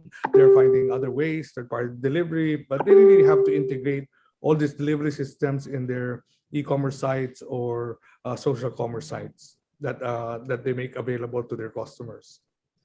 So, what skills should an MSME have? This is why we formed e-commerce academy. We just did this a couple of months ago, and I'd like to invite both Ray and Martin to be part of it, because what we did was we started an e-commerce academy because for MSMEs, especially for micro, it's not just a matter of making it known for them. There's a lot of hand holding, and there's a lot of video learning that has to be done. So we focused on education. We made it. We want to democratize it. We started building films and cases so that people can learn and understand. And we saw a lot of demand for this. And what we wanted to do was, even though a lot of them you could learn on your own, but for MSMEs, for micros especially, they really had to be handheld. So we really handheld them. Okay, this is how to sign up in Lazada. This is, don't be scared to, they say, Ninja Van, I'm too small for Ninja Van. No, don't be scared. You could do this as well, and all that stuff. No, so a good story, I think, that you might want to hear is somebody who's celebrating her 15th year anniversary now. It's Kim's store. Kim's store started in Multiply 15 years ago. In the pandemic, pre-pandemic, grew 3 times. And Kim's store, having her own e-commerce site, did not rely on her own e-commerce site. She's actually existing in Lazada, and she's actually using Ninja Van. And this is something that you learn now from an experienced entrepreneur, that you cannot live alone. You have to use all of this and collaborate with all of these channels and network and understand the supply chain very well in order to work effectively. So this is one good story. Kim has already volunteered her story. We're filming her. We're making cases out of her, and then we're going to be sharing it to all the micro enterprises, and we're sharing it with CHED and DTI. It's called collaboration. We're sharing all the film for free to the different schools, so even students can learn about how to go about digitization and going to social commerce or e-commerce better. There seems to be that fear and trust and the hand-holding that we need to do to get the MSMEs to use the tools out there. How much are you working with the local DTI offices, Jay, Martin, and Ray? I think the local DTI offices would be key to getting most of our MSMEs online. Any one of you would you have any stories to share of good examples of DTI offices? Yeah, I can't speak to a specific DTI office, but definitely the SAB has been working very closely with the DTI. We have very strong, we have a number of initiatives that we've done with the DTI. One of the biggest is actually being the lead the lead private sector player that in advising the DTI on the e-commerce roadmap, right? And then we also have initiatives in the DTI where we've onboarded thousands of MSMEs with them. And then we also do trainings and roadshows for MSMEs in partnership with the DTI. So we've been working on quite a number of projects with the DTI for sure. And then we also work heavily with the DTI on the consumer side. So whenever there are escalations from consumers for whatever concerns online, we are able to address them very quickly. In fact, we actually, on consumer concerns escalated by the DTI, we have a 99% resolution rate. We resolve everything within 2 days, and we basically able to make the customer whole. With the increase in the use of mobile phones and the internet and entrepreneurs using online platforms, what are the challenges that your organizations face with this surge? Maybe I'll start this one. Secretary Mon Lopez said that their target for online entrepreneurs would be about 1 million for 2022. So that means hand-holding a lot of this. My biggest challenge is that really the Philippine economy is going to bounce back only if we go digital. And it will encourage a lot of entrepreneurs to come back. We have 95% of our companies are medium, micro, and small. And therefore, if there are more people that will be able to go digital and go e-commerce, then our economy will bounce back quicker. And our challenge is to be able to support that education and hand-holding for the micro enterprises to be able to learn and to choose wisely, and to learn also the financial implications to their businesses, so that they could plan their pricing and their guarantees to their customers as far as servicing is concerned, as far as delivery is concerned. So that's our role that we need. It's more of a supportive role, but we need to be there ahead of time so that they could make very wise decisions from the start. Great. Martin, what challenges do you foresee? I think, first of all, what you mentioned as far as many people experiencing this kind of digital economy, this digital world through their handsets first, right? As this first digital touch point is a really important component of how we will grow, how this market will grow going forward. Designing from a mobile first standpoint has been something very, very important to us. And initially the technology base was something that was designed for a desktop unit. So we always figured that someone running their business would want to do so from a laptop. But really, in seeing how the digital economy is expanding and growing, becoming more inclusive, this kind of digital first mindset, increasing the customer's ability to interact with us at essentially any venue that they would want to, has become very, very important to us. So designing from a mobile first mindset is one of those things. Ensuring access to our service can be available to a wide range of both consumers and MSMEs has been important to us. And we've embedded the product into partners like Grab, for example, where you can now book Ninja Van deliveries, or even physical touch points like our partners over at Ministop, where you can ship a parcel nationwide now from almost any Ministop counter in Metro Manila. So this kind of inclusiveness, I think, is a big part of our push and how we see the market growing. We believe very much in meeting the customer where they want to be.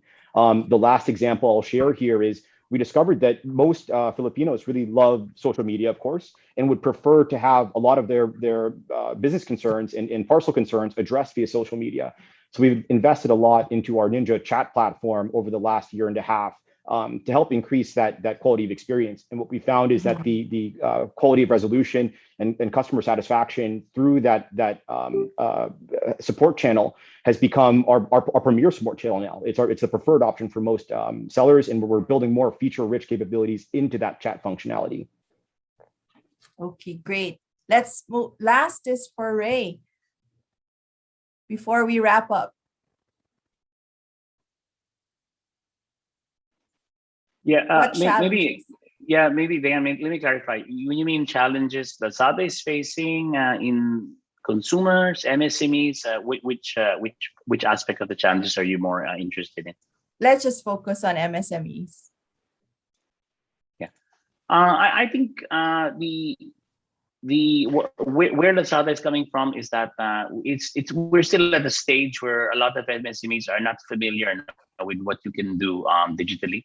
And this requires a lot of continuous awareness, education, and training. We actually invest very heavily on seller marketing. You see the ads everywhere that says that anyone can be a seller, right? And then when the sellers come on board, we have a Lazada University with all sorts of training, for the seller, from starting their store, onboarding their product, designing their store, designing the product page, and using all the tools on Lazada that enable you to promote and grow your business. For example, we have tools that allow you to modify your content, to participate in a promotion, for example, like a free shipping or a combo bundle. We also have tools that allow you to drive traffic to your store. All of this requires training. And then lastly, we also connect the sellers with online peer communities of other sellers, so that basically sellers or MSMEs can learn from other MSMEs, right? And that's how we grapple with the challenge of the unfamiliarity, the lack of awareness or education on understanding how you can build a business on the digital economy. Okay, great. Unfortunately, we don't have time anymore, and I keep getting these alerts that we need to wrap up. Thank you very much, Jay, Professor Jay, Ray, actually Dr. Ray, and Martin. Thank you very much for sharing your thoughts and what you are doing to bridge the gap and to get more MSMEs to use tech-enabled, to be more tech-enabled. Thank you very much. The top 3 words that I have here, it's collaboration, training, and hand-holding. So let's work together so that more MSMEs can ride the wave. Thank you very much, gentlemen. Good morning. Thank you. And thank you to the DTI. Thank you. Thank you so much to our panelists for giving such interesting points from the discussion. As they've shared, technology, the internet, and e-commerce most especially is an amazing equalizer. Whether you're a small business, a big one, a single entrepreneur, or you've been operating for years, there are so many tools available for the taking. Go grab it, take advantage of it. We now move forward, and we will now look into best practices from startup ecosystems across the globe.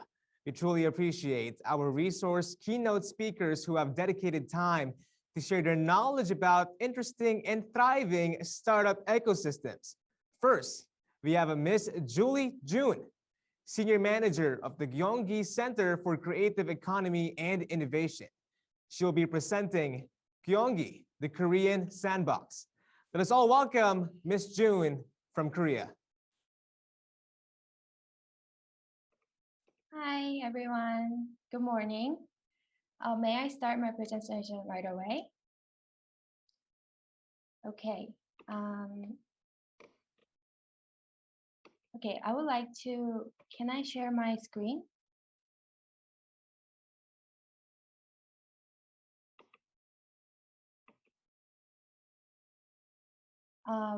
Can I share my screen, please? Okay, sorry. So thanks for the honor. It's a pleasure to be here today. I hope I can provide some interesting insight for the audience. I'm from Korean government agency called GCCI, and we work with Korean tech startups and help them grow not just domestically, but also help them go global. As many of you know, Korea is not just famous its contents like Netflix shows to Squid Game, but also our startup scene is quite interesting. And the purpose of today's presentation is to talk about how the Korean startup ecosystem evolved recently. So before we move on to startups, I would like to briefly mention how the big corporations in Korean economy have grown into who they are today. So back in 1950s, South Korea's GDP per capita was only $67 US. In 60s and 70s, the Korean government helped turn a number of large family-run companies into giant economic groups. So thanks to the preferential policies of the government, they have developed very quickly, and South Korea, from a poor country that went through a brutal civil war just 60 years ago, has become a country with the 10th largest GDP in the world. These corporations have developed industry, promoted exports, and became the engine of economic growth in Korea. And typical names are Samsung, Hyundai, and LG. Can you move back to the last slide? Thank you. So, however, if you look at some of the top billionaires in South Korea today, we see startup entrepreneurs who have built massive unicorns companies of their own. 5 of 7 are entrepreneurs, and 3 of them are based in Gangneung Techno Valley. And the founder of Kakao ranked as the richest person in Korea, and Kakao is the largest Korean messaging app in South Korea. And if we take a look at this list, it's quite interesting because I believe Korean economy is now changing from conglomerates-oriented to startup-oriented economy, and the future of South Korea's economy moving forward will rely on innovative entrepreneurs who can take their companies global and drive innovation. Okay, next, please. Okay, as we have seen, Korean economy is now flourishing with unicorns. But just 6 years ago, there were only about 80 startups that barely raised $1 million from venture capitals. Due to outcome of dot-com bubble in the early 2000s, which was a stock market bubble caused by excessive speculation of internet-related companies, venture capitals were quite skeptical about how high potential and high risk startups. However, as of September 2021, about 1,000 startups raised $1 million, and we now have 108 startups who raised more than $25 million in total. This dramatic change shows that venture capitals have seen high returns over the last 6 years, and they're now more than willing to bet on promising startups. Next. Okay, and in the Korean government sector, we also have seen quite a huge change. Since the inauguration of the Moon Jae-in administration, the Small and Medium Business Administration was elevated to the status of a ministry in June 2017. It now has a right to forward legislative initiative, and the annual budget of Ministry of SMEs and Startups account for $14 billion to support SMEs and startups. I'm not sure if it's a fact, but Korea may be the only country in the world that uses startup to name their ministry. It definitely shows how Korean government is aware of the importance of startups and acknowledges that they are the future forces in Korean economy. Next. Okay, so Ministry of SMEs and Startups, short for MSS, has these objectives in supporting SMEs. And next. Next, please. Oh, for startups in particular, MSS is executing 31 different programs. Startup support programs are designed for the whole cycle, from pre-stage startups to even startups in the later stages, in order to help them raise the overall survival rates of startups. So MSS were the highest portion, which is 86% of total government startup support budget. So they play a quite important role in Korean startup ecosystem. Next, please. Okay, so for startups, you know, the cycle of startups, the finance plays quite important role. So at the national level, Korea established a fund of funds back in 2005 to provide a stable capital for venture investment. It is managed by Korea Venture Investment. And also thanks to the Korea's venture boom and government's additional budget injection, venture capital investment in Korea hits record every year. Next, please. Okay, so let's take a look at the structure of Korea Funds of Funds operation. Its limited partners include various ministries and government agencies, and Korea Venture Investment handles the investment decisions under the guidance of MSS. Next, please. And also the traditional banking one allow loans to the early stage startups. So these government financial institutions like Kodit and Kibo, they support startups with not just financial health, but also like non-financial services. Next, please. And aside from the direct investments, this TIPS program is quite beneficial to startups in Korea. And it is also funded by MSS, and it launched back in 2014 and supported about 1,200 tech startups in Korea. This, when designated TIPS partners of investors or accelerators to invest $100,000 to tech startups, MSS government will share the risk with TIPS partners by providing R&D funds up to $500,000. Next, please. Also, to support the nationwide startups more closely, MSS, the 19 CCIs perform as a startup support hub in each province. Every CCI is funded by MSS, and each CCI is matched with local government and major companies in Korea. Lead a local startup community and promote entrepreneurship in each region. Next, please. I can't explain every CCI in a limited time, so I'm going to explain CCI structure through our organization, GCCI. So GCCI is funded by three major parties: the central government MSS, local government Gyeonggi Province, and big corporation partner Korea Telecom. We have three main roles, which are providing space and building startup community, and help local startups to test their technology by matching them with major companies. We also make an early investment and help them raise funds through partnerships with other venture capitals. Next, please. Okay, this is an overall headshot of how we're doing. So since the launch of our organization back in 2015, we have supported by over 600 startups in total, and we have now 50 staffs. Next, please. Okay, before we move on, I would like to tap on some geography here also, and to talk about the location where our organization is at. It is called Pangyo Techno Valley, and it was established by government with the aim of creating a Korean innovation hub similar to Silicon Valley in the US. So government offered various tax incentives and low land prices to firms, and they were confined to specifically IT companies and related R&D institutions. So major IT and game companies like Kakao, Nexon relocated their headquarters to PTB in 2013. And the first PTB is now hosts about 70,000 employees and working for more than 1,300 companies. Next, please. Okay, so after the success of the first PTB, the government is going to develop another PTB, and the second PTB will focus more on nurturing startups. So a large company that wants to move into the second PTB will only be allowed if they agree to offer support services for startups. Next, please.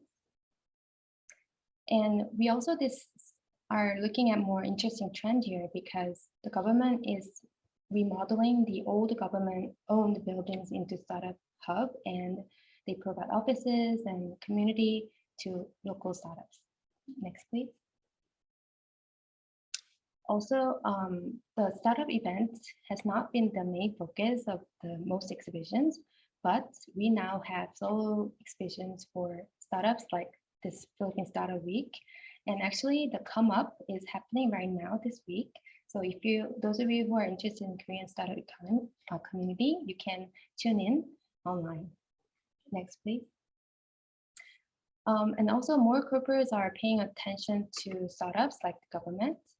So they're co-developing products together or commercialize products together, or they can even make direct investments to startups.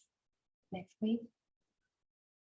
Also, we're seeing trend of venture capitals that are emerging, that the owners of venture capitals, they were entrepreneurs themselves, and they established their own VC with their exit money, and they help startups with not just capital, but also pass on their hard-earned know-how. Next, please. Also, the number of unicorns have grown quite dramatically in the last 2 years, because from 2014 to 2018, we only saw 2 unicorns. One is Yellow Mobile, a fintech company, and Coupang, the e-commerce giant, who went public this year at New York. And so by 2021, excluding Coupang, Korea now has 14 unicorns, and large percentages of them are based on e-commerce, cosmetics, and fintech. Next, please.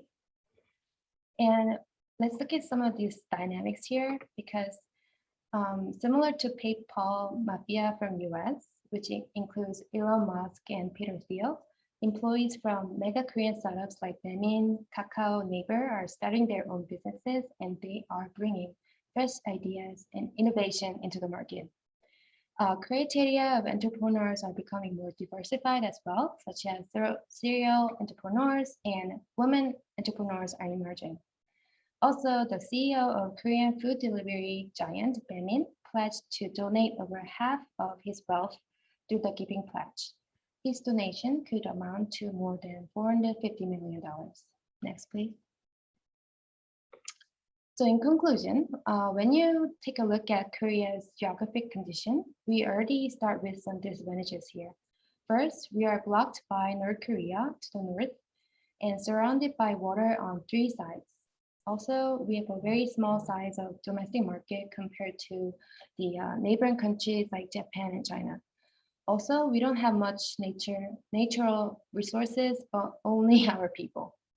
So due to these reasons, Korean economy has always been export-oriented economy with tech-savvy consumers. So when you look at the Squid Games global phenomenon, it just did not happen one day, but it is the outcome of decades of experiments and failures.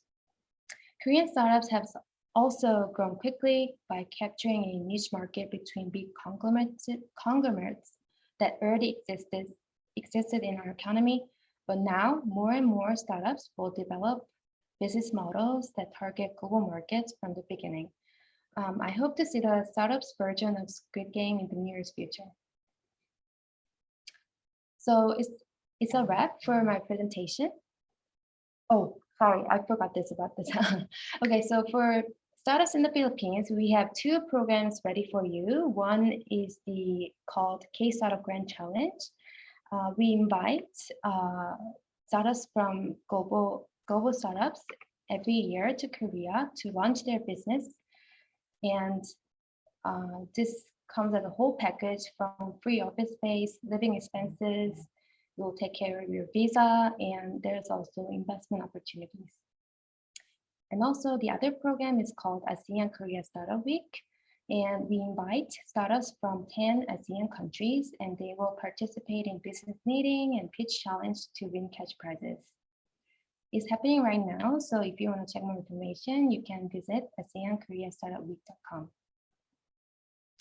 Okay, thank you for your time, everyone, this morning. And if you have any inquiries or if you'd like to talk about global partnerships, please do reach out to me. Thank you very much.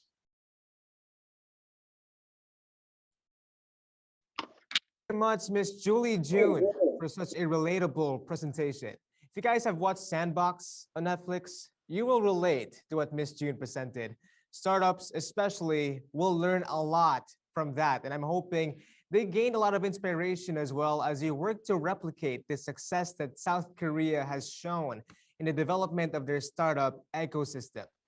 The next discussion is going to be exciting. We are so elated that one of our very own has actually become an icon of the French tech ecosystem. Without further ado, I am honored to introduce Ms. Kat Berlongan, former director of La French Tech, as she shares her experience in leading world-class startup ecosystems. And to join her in this exciting conversation, let us also welcome the Consul of Monaco to the Philippines and an award-winning entrepreneur himself, Mr. RJ Ledesma.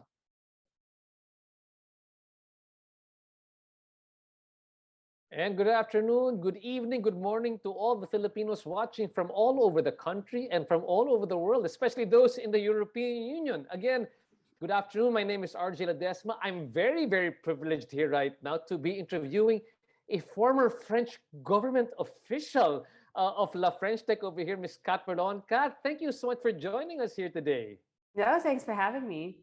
So, Kat, before everything else, I understand that you used to work for La French Tech, but right now you're taking a bit of a break in Portugal to kind of enjoy life in the meantime, catch up on times. Oh, we yes. we look forward to having you back here in the Philippines. But before everything else, I think that what really blows the mind is that, first of all, two things: former French government official and La French Tech. So please tell us a bit more. So La French Tech was a government office. Please enlighten us a bit more on what La French Tech was all about. Yeah, sure. So the French Tech is the nickname of the French startup movement. It essentially encompasses all the founders, VCs, incubator, accelerators, and so on. But it's actually a movement that's very much coordinated by the French government. To a large extent, because I think for those of you who know the French model, government involvement in the French startup ecosystem is very heavy, both in terms of funding, in terms of policy, and so on. And so I led that entire movement. I was appointed by the Minister of Digital Affairs at the time, William Majubi. And maybe I think maybe something that makes it a little interesting as well, and for anyone who follows French politics at all, is that in France, I think France is one of the only countries where the actual head of La French Tech, like the actual boss of my boss when it comes to startup policy, is the president himself. Wow, so the president himself was your boss directly. So the boss of my boss. So basically, I think it's one of the only countries where all of startup strategy comes from the president, not just from the state secretary. It's not considered like a side topic. It's considered one of the main hallmarks of sort of French economic policy. But having said all that, Kat, what I find immensely interesting as I'm talking to you right now is that I am so proud that there's a Filipino who became the director of La French Tech. I'm sure that there and are I'm slightly many, confused, baby. So help us better understand. Well, how did you end up becoming the head of La French Tech? Were you born here? Were you raised in France? And then you have went to Canada for masters. So please help us share with us your own journey towards becoming the director of La French Tech. Oh wow, that's a long story. I think I'll maybe skip part. So yeah, first and foremost, yes, I am Filipino, born and bred. I went to Poveda. I did once for high school. I did one semester in Ateneo. So actually, when I moved to France, when I was 20 years old to do my undergrad, I didn't really speak much French. I was learning how to essentially conjugate in the past tense around the time that I left for France. And then, I was just really lucky. I got a scholarship from the French government. It was paid for by the French embassy based in the Philippines. Was able to get into these really incredible schools. Anyway, and I'm going to sort of fast forward to the point in my life in 2013 where I decided also to become an entrepreneur and launched a company that was specialized in open data and open APIs, which we sold a few years back. And somewhere along the road, I think some people inside French government who would come to join French government were really watching some of my progress and were really impressed with a few things that had happened along the way. And when they were looking for the second French Tech director, because basically these are missions, right? They're usually 3 to 4 years, and they're all everyone who directs the French Tech is appointed by the government. And so they were looking for someone to direct the second French Tech mission. And I was spotted by the cabinet director of the Minister of Digital Affairs, who then proceeded to kind of vet me and appoint me, and then boom, there you go. Fantastic. What a great story that you're there. We're so proud that you're actually doing that.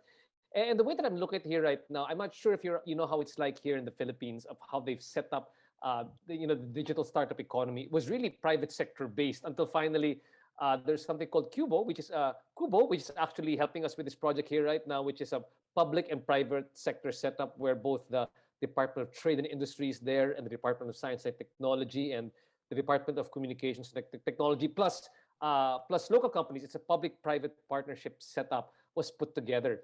And earlier on, you were trying to explain to me how La French Tech was set up. What would be the closest equivalent for us to better understand? Is it a public-private partnership, or the government No. fully funding everything to make things operate? No, it's like I think where it seems different is you're coming at it from an organizational perspective, right? When you talk about Cuba, you talk about an organization, and there are lots of people around that organization that help. Now, if you look at it, the name of the movement is La French Tech, but I was a government official. So that means that the people that I consider to be part of my team are almost every single person in government, especially because the French Tech reports to the president. So I'll give you an example. One of the things that is obviously very important for startups right now is talent, right? Talent is the most important thing, and talent is everywhere. So it is in France's interest to make sure that we can access the best talent from all over the world. And so if you are in an organization, the way that you think about, oh, how do I do this? You're like, oh, maybe I'll promote the Philippines, right? Or maybe I'll do, I'll do certain things, or, like reach out or do maybe a campaign or something like that. In the government, what we can do is like, well, then we should change immigration. So we should change immigration to make sure we have the most open startup visa in the world. And then I'll work with the Ministry of Interior Affairs, the Ministry of Economy, the Ministry of Foreign Affairs. We'll come up with a proposal, we'll architecture it in that way, and then we'll deliver it and we'll roll it out. So I think that's a slight difference. And I'll give you another one. In France, education is public, right? Education is 100% public. All the best schools are public, right? Which is slightly different from the Philippines. And so if you think about, well, what about talent? What about the future? The only way to really secure great startup talent in the next generation is to reform education, if you think about it. So it's a little different in the sense that I'm operating from a sort of policy standpoint and at a wider level. The French Tech, or French Tech Mission, which is the team that I lead, is the coordinating body of all of that. And we try to work very cross-functionally with all of the different ministries, but also while working with the ecosystem at the same time.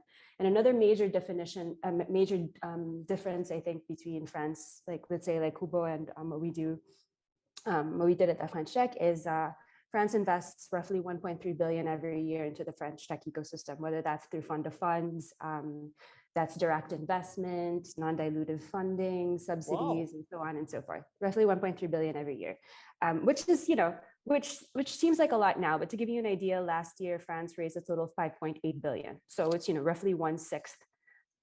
Well, anyway, just to give you an idea of what the amounts are, but where it was really important isn't so much now, because now the French tech ecosystem is taking off, it's doing very well, it's attracting tons of foreign investment. It was really back in 2013 when it first started, and those investors weren't there. And instead of waiting around and trying to get the Silicon Valley investors to start looking at France, the French government was like, well, we're going to come in as the first investors, and then sort of jumpstart the French tech ecosystem and see where we can go from there.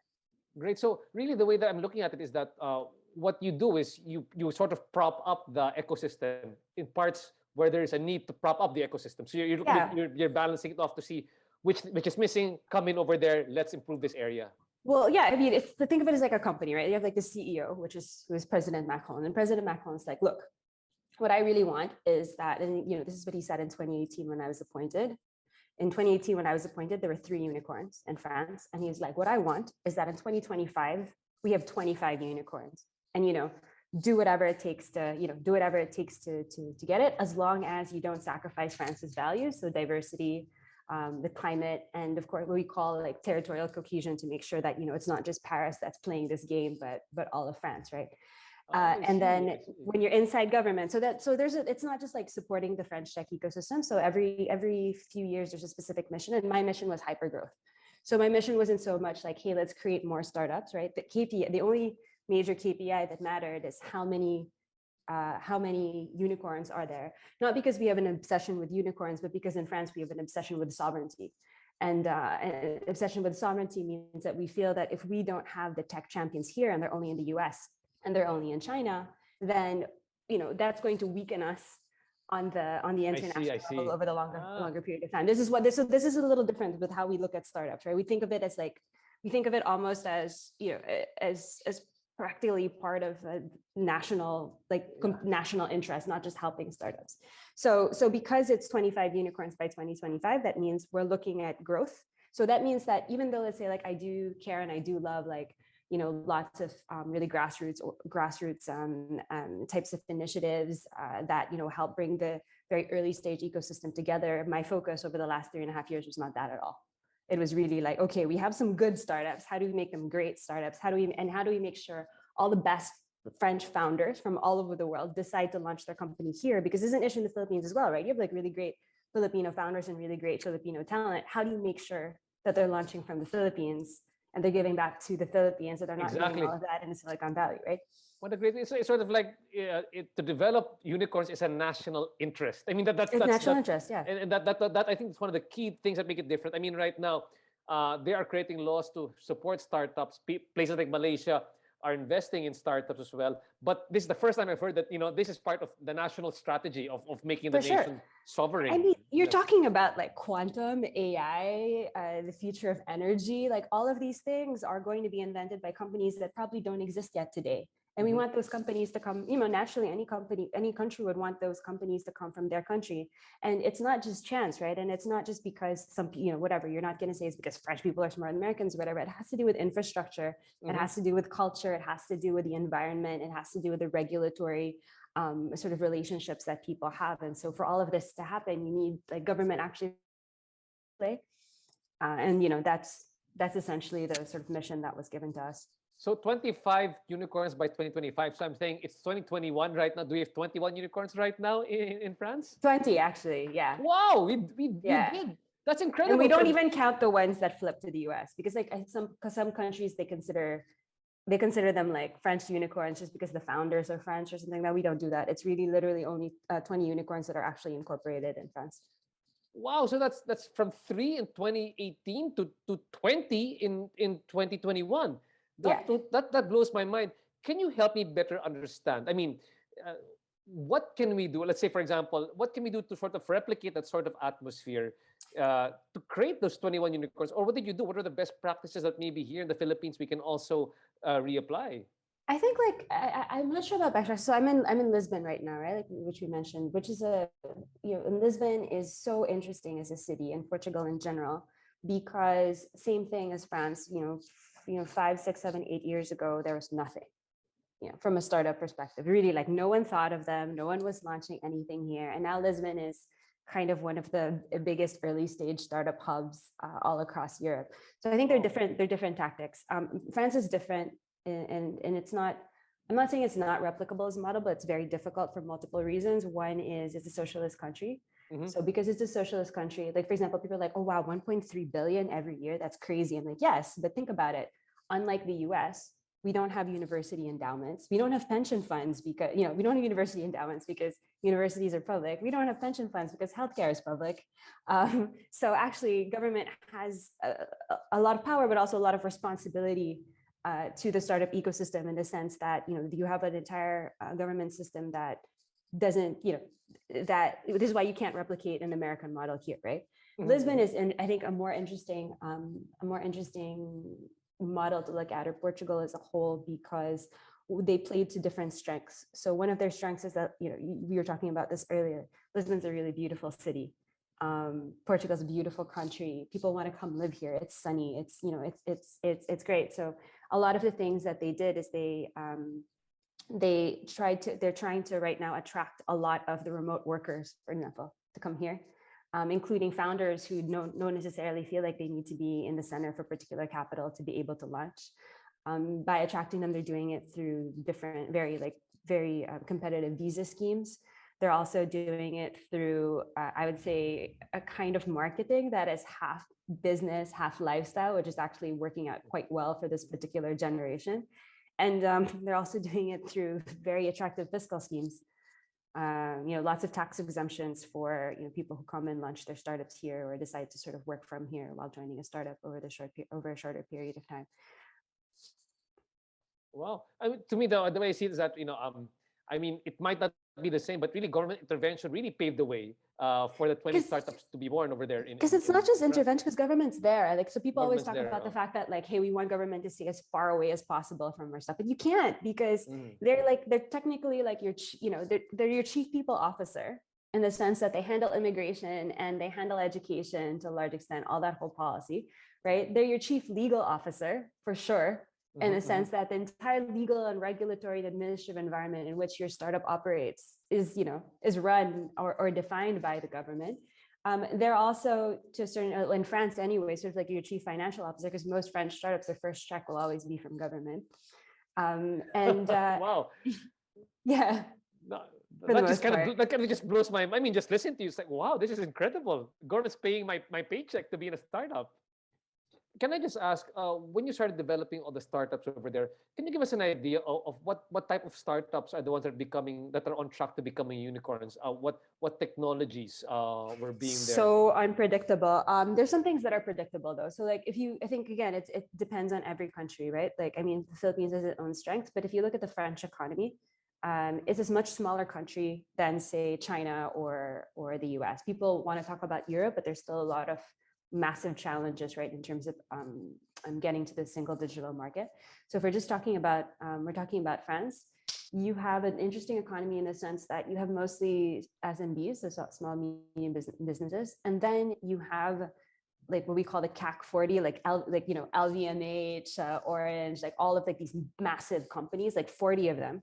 And then almost no mid-market in France. Basically, if you take out what we call the CAC 40 in France, so those top 40 companies, the economy of France looks a little bit like Spain. So something that you'll notice in France is that a good 70-75% of the startups that we have here are B2B. And a lot of them do enterprise because of that, right? And another thing that you'll notice in France, so France is a very risk-averse culture, actually. Like, I think the Philippines has a way more entrepreneurial culture naturally than France. People are very risk-averse, they're very afraid of failure. But that's also why the average founder in France is much older. They're usually in their late 30s, early 40s, and they're usually B2B, and they usually come out of a sector. They were consultants before, they were bankers before. They come out of a sector that they already feel like they can understand. So basically, because of that sort of like natural talent pool, a lot of our strongest companies tend to be in fintech or health or like heavily regulated environments that are usually better off when you have founders of this kind. But then you also have a lot of unpredictable stuff, right? Like we have Sorare, which is a company does mostly sort of fantasy football, crypto trading, and NFTs, and they just raised like a little over 500 million with like only 10 people in their company, and like no one could have predicted maybe a few years ago that France's next unicorn would be in crypto, right? Wow. Now, I hope we turn our attention a bit to the Philippines. I know that you've been away for quite some time. I'm guessing that you've looked at the articles, have talked to some friends, or you do have some connections here in the Philippines to the local startup community. Now, oftentimes, the startup community here is growing pretty quickly. I'm privileged to be both an observer, a journalist, and a participant in that system. But when you look at it, usually the way that I think of the Philippines in terms of startup, in the startup world, is that we're a good place as a springboard to test. Because if there's problems, we're a developing country. We're the best place to develop.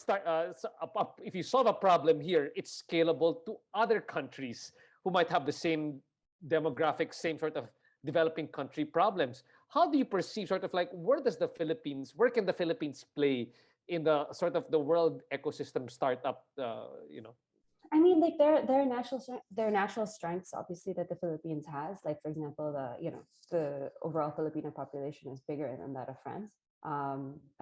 Tech adoption rate in the Philippines is way higher than that of France. I think we're like the opposite. Like France is an old country. Yeah, France is an old country. Like the average age is closer to, I think, 44, if I'm not mistaken, early 40s.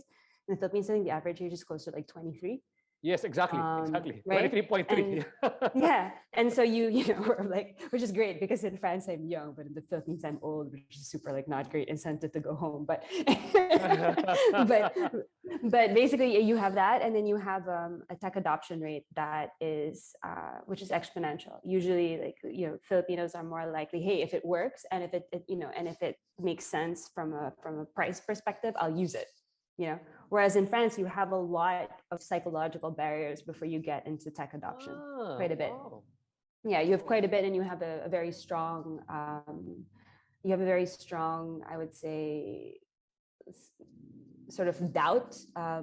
There's like a very healthy skepticism here towards technology, whether it comes to, whether it comes to privacy or things like that, which means that people are, if they don't fully understand what they're using, sometimes they're less likely to adopt technology. So like, that's the Philippines as a market, but then you also have the Philippines as a talent pool. And I think that's something that I actually had this really cool conversation with some people over the Makati Business Club and this cool entrepreneur called Brian Koo. And yeah, we were formerly of talking about- Grab. Yeah, Brian, exactly. formerly of Grab, and of his own company now, a new public transportation company is coming up with soon. Yes, that's right. Yeah, Viaje. So yeah, we talked about that a little bit. And so what Brian and I were talking about, he asked me a similar question. And what I was telling him is like, actually, what I really believe is just the key strength of the Philippines or the Filipinos themselves that are from all over the world, because you have such a strong diaspora, which means that you have Filipinos that are really everywhere, that have a large amount of and very diverse types of experience. That they've built up in different ecosystems and different companies. And I think that if there's one play for the Philippines, one play, if you could only focus on one thing, for me, it would be to bring these people back home or to get them to launch companies, in the Philippines. But the great story, because what stuck to my head, what you're talking about is like Kumu. Kumu was, I met Roland Ross and the founders of Rexy Dorado, the founders of Kumu, which is a live stream application. Yeah, right? no, I know. My brother-in-law is a CFO actually. Yeah, and it's on its way to becoming a unicorn. But basically, these were Philams who grew up in the States. They said, what, my dream is to come back to the Philippines to put it up. So we're starting to see that happen. And at the same time, like you said, in terms of fintech, because of our quick tech adoption, you've got GCash or Mint, which is going for double unicorn status here right now. One of our first unicorns coming out of the Philippines. And having said that, and because you are one of the perfect examples of a person saying, we need to attract top talent back to the Philippines. We need to bring back people who've gained so much. What would it take for people like you to come back over here to help us? If talent is the key thing that we need to really bring people here to the Philippines and found companies here, what is a good way, you think, to bring more of our expat Filipinos, more of our second-gen Filipinos, or even our OFWs who made a home abroad to come back over here and start developing startups here in the Philippines? What would you recommend? I think there are multiple things, right? Like one is actually the story of Kumu is a really good one, because if you look at any form of adoption or change in behavior, the thing that you need first and foremost is a really fantastic role model story. Like it's true, right? Like I think the first thing that will make people think people like me and people who've actually worked in great tech companies all over the world to come home is if they've seen someone who's done it. And that story, well, since you're a journalist, right? So that story has been actually documented. And actually, as you do it, you'll probably see what the pain points are. Because I actually did this work for France on trying to attract French talent and bring them back home. And you have two problems, actually. You have the first problem, which is how do they think about it at all? Even think that it's a possibility, right? That was challenge number one, actually, because so many people have thought of France as a place where you go for like fashion week, or the place where you go, spend, maybe you go see your parents in the countryside, or, go skiing in the Alps, but not many people thought about it as a place to launch companies. So the first thing is like, how do you think of it? How do you change that image first and foremost? Got it. Right? Because people are already talking about like, oh, we need more attractive fiscal policies, whatever. But the truth is that only happens in the second phase, where you're already thinking about conversion. Then people are like, oh, that's interesting, I really want to go. And then you're going to look at what are the 3-4 things that are making it hard. And then of course, that's like working with the ecosystem, working with the government to take them out. But I think the first thing, first and foremost, is to really like effectively market the stories of people that have done it and get them actually to talk about, why they did it, why they chose it, whether they're happy or not with the decision. Oh, fantastic. So hopefully the story of Kumu inspires you as well. After you take your break in Portugal, you can drop by, see what's happening, say hi to your folks and see, how the ecosystem is very like, and I can safely say that I've been participative in the whole system, and it's changed exponentially. The scope of the people involved and the type companies coming out in 3 to 4 years has really changed. And having said that, I wish I could continue on with this discussion, but then there's one more thing I want to pick your brains about, and it's really this pandemic and how it has affected the startup community. And there's really two, right? Many then had, it was of great benefit to them because their tech actually fell into solving problems that were, that the pandemic just accelerated.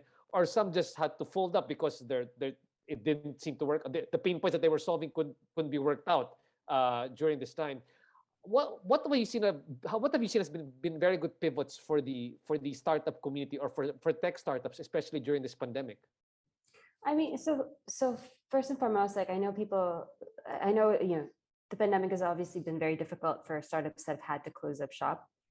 But from a macro perspective, where we're standing in France, it was actually very healthy for us to make sure all of the startups that weren't going to take off failed faster.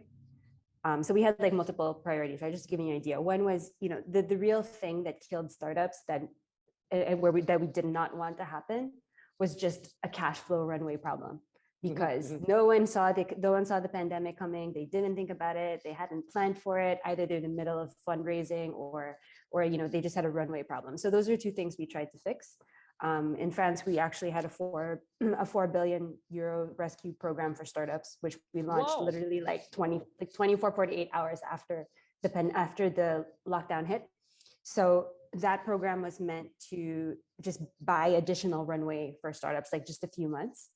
And then the second thing that we did was we launched this fund called French Tech Bridge, which was basically designed to co-invest up to 50% in rounds that startups had started before the pandemic, if they're in the middle of fundraising and their fundraising was completely delayed by that.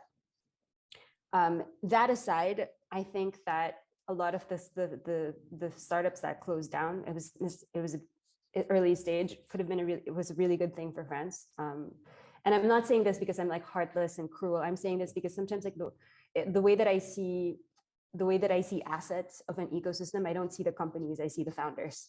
And you have a lot of great assets sometimes that are tied up in things that don't make sense for the companies, for the founders, or for the economy, and actually freeing those assets to a certain extent and getting them to focus on a totally different world that is changing, where you have lots of really interesting opportunities, was good for everyone. The French tech ecosystem is actually one of the only tech ecosystems that grew quite significantly during the pandemic, right? And a lot of it was because a lot of pivots were able to happen early. So you have pivots, you have sort of pivoting to online businesses or whatever, right? And those things are very specific to the flow of the pandemic. But then you also have other things, which was like something that I saw happen a lot in France was very aggressive M&A, because it's not just about pivoting and finding the right company or the right business. It was also about, okay, now suddenly the chessboard is changing.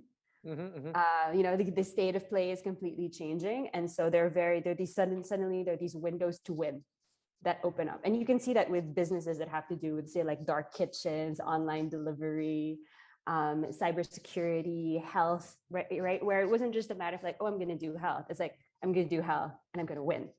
And you had also that mindset, I think that when we speak about pivots, you also had that, that mindset of just like, hey, we're not just going to do something where we can make some, but we're going to do something where we can move into sort of like in this sort of mindset of conquering a market. Fantastic. Thanks so much for all the input, Kat. I'm sure both the policymakers listening to this one, our friends involved in the tech startup system, have a lot to learn. And even the startups have a lot to learn here as well. Now, I want to start wrapping this up, and I want to close by, you put up your own tech startup company. You've gone through the motions. You know how it's like. You know the roller coaster ride that you've been through. What would be your advice for all the tech startup founders here listening to you right now, and as you reflect on your own tech startup journey to keep them going into 2022 and beyond? So like I'll tell you what my company was. It was called 5x5. We were cash positive pretty much from the very beginning. Grew to like a 2 million euro size business, about 15 people, and then we sold it to Capgemini. And so I think like one of the lessons that I think like the truth is like, okay, that's like a very moderate, it's very small time success, right? Like, okay, I'm like obviously happy to say like, okay, I exited something, worse things could have happened. But I think that's something, reflecting on that entrepreneurial journey, something that actually trapped me was that, my co-founder and I had this idea of what we wanted, and it wasn't completely, we realized the market wasn't following as much. But we had hired like 15 to 20 people that we really cared about, and we're not in a situation where we got into a situation where it was more about keeping the jobs of the 15 to 20 people as opposed to growing the company. And the truth is that we should have done, if we were really like serious about entrepreneurship, right? We should have pivoted very early, and we should have got into a situation where we're doing that. So I think, like, you know, for a lot of people who are launching their companies, I think very early on you have to decide if you want a healthy business, right? You want a healthy, you know, small to medium business that's growing, that eventually, you know, you'll get dividends or so on and so forth, and, you know, have a certain type of balance. Or if you want to be a proper startup. And this happens all the time in France, where it's like people think that they're a startup just because they have some sort of digital component. And like, no, being a startup founder is about one thing, well, two things. It's about appetite, first and foremost, right? It's about wanting to really like be the best, not just in your city, not just in your country, not just in your region, but really like in the world. It's really about having that appetite. And the second thing is, you know, to be very kind of black or white about it. It's also just a risk class. And it's about a very, very, very different journey than a journey as simple as regular entrepreneurship. And I think very early on, you have to make that decision, especially if you have co-founders, and then go for it. Well, Kat, that was a lot to absorb in our interview, but this is what fantastic insights that you shared to all of us. Again, thank you so much, Kat, coming to us all the way from Portugal. Please enjoy the rest of your extended vacation over there. And you know, we do look forward one of these days that maybe one of these days, hopefully, the people listening here can consult you, and we can figure out a way to bring you back home and at least help our ecosystem grow even further. I would love to be back home. We'll wait for a couple of things to pass, if you know what I mean, and then with pleasure. Okay, thank you so much, Ms. Kat Berlongan, of course, our former director of La French Tech. Thank you so much. Mabuhay to you. Thank you. Thank you so much to Mr. RJ Ledesma, and also sending our deepest appreciation to Ms. Kat Berlongan for showing how Filipinas can lead into this digital era. And as Ms. Kat shared, there's a lot of value in evaluating the success that others have experienced, whether it's France and how they grew up their startup ecosystem, or even Kumu and how they were able to grow their business into a massive success story. By studying how they did this and replicating their footsteps, it allows your startup or your vision to be aligned in the right direction. To continue, you will now move into our last panel discussion about internationalization and globalization, fostering international linkages, participations, and partnerships for startups. To join Ms. Julie June of JCCEI for this panel are Ms. Katrina Chan of Kubo Innovation Hub, Ms. Anya Eldan of Israel Innovation Authority, and Mr. Jojo Flores of Plug and Play, who will be the moderator for this panel discussion. Everybody, please give a warm virtual welcome to our amazing panel and moderator. Hi, good morning, everyone. My name is Jojo Flores, and I am the co-founder of Plug and Play Tech Center. For those of you who are not familiar with Plug and Play, I started it in 2006 in Silicon Valley. We are an early stage investor with more than 1,600 companies and 24 unicorns in our portfolio, including Dropbox, PayPal, and Honey, among others. We also run over 60 programs, accelerating about 2,000 startups annually in our 35 offices globally. And finally, we are the largest corporate innovation platform globally, with over 500 corporate partners in 18 industry verticals. Here in the Philippines, I started Launch Garage 5 years ago to cater to the needs of our local startups, as well as augment some of our government initiatives in the strengthening of the Philippine startup ecosystem. Patterned after Plug and Play, we give heightened access to our portfolio of startups, to our network of local and regional investors and corporate partners. I'm honored here to be part of the DTI Slingshot event this morning, and I'm thrilled to moderate our distinguished panel. Good morning, ladies. Julie, Anya, and Kat. Let me start off the introductions with you, Kat. So Kat Chan is the Executive Director of the Idea Space Foundation, one of the pioneering accelerators in the country, and co-founder at Kubo Innovation Hub, which she spearheaded in 2016 as a collab among Ideaspace, DOST, DTI, and JP Morgan.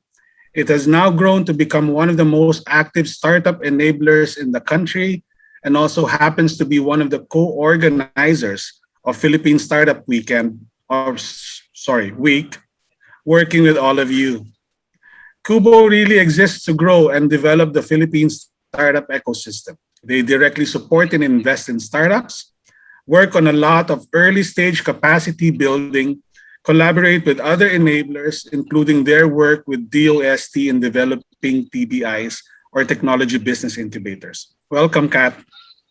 Thank you, Jojo. Really happy to be here. Next is Julie June. We met her earlier today with her keynote. Julie is Senior Manager of Cheonggi Center for Creative Economy and Innovation, or GCCEI. Based on the Korean government's creative economy-driven strategy, Cheonggi CCEI was established in collaboration with the Ministry of SMEs and Startups Central Government, the Cheonggi Province, and KT, or Korean Telecom, having a mission to accelerate innovative startups and to become the global hub to promote such startups to global markets, with 18 other innovation centers in South Korea. Main functionality of the Innovation Center is to accelerate startups to go to market in many industries, including next generation game, fintech, safety, healthcare, IoT, and 5G telecommunications, with partnerships with global incubators and startup accelerators in the US, UK, France, Spain, and Southeast Asia, and to bring Korean startups to the global scene. Pleasure to have you again, Julie. Thank you, Jojo. Thank you for having me. And at last, but not the least, we have Anya Eldan, Vice President of the Israel Innovation Authority, in charge of startups, ecosystems, and human capital. Israel Innovation Authority is a government agency with the annual budget of $500 million. Its mission is to support innovation to enable sustainable and inclusive economic growth. They support innovative R&D from applied academic research, startups, innovative R&D in growth companies, and R&D to manufacturing. Israel Innovation Authority collaborates with many governments through bilateral funds and agreements. We'd love to learn more on this, Anya. Thanks for joining us today, and thanks for waking up really early for us. Well, happy to be here. Not happy to wake up so early. We'll make it worth your while. Thank you. Okay. Okay, so now that we know everyone here, let's jump right into it. Our topic for this morning is fostering international linkages, participation, and partnerships for startups. Let me start the conversation here with you, Julie. I understand that the GCCEI currently runs 2 programs for international startups to participate in order to tap the Korean market. What's interesting about it is that it's an inward program, bringing in global startups to enhance the Korean startup ecosystem. I think that this is an interesting angle for our own local government policymakers to learn from.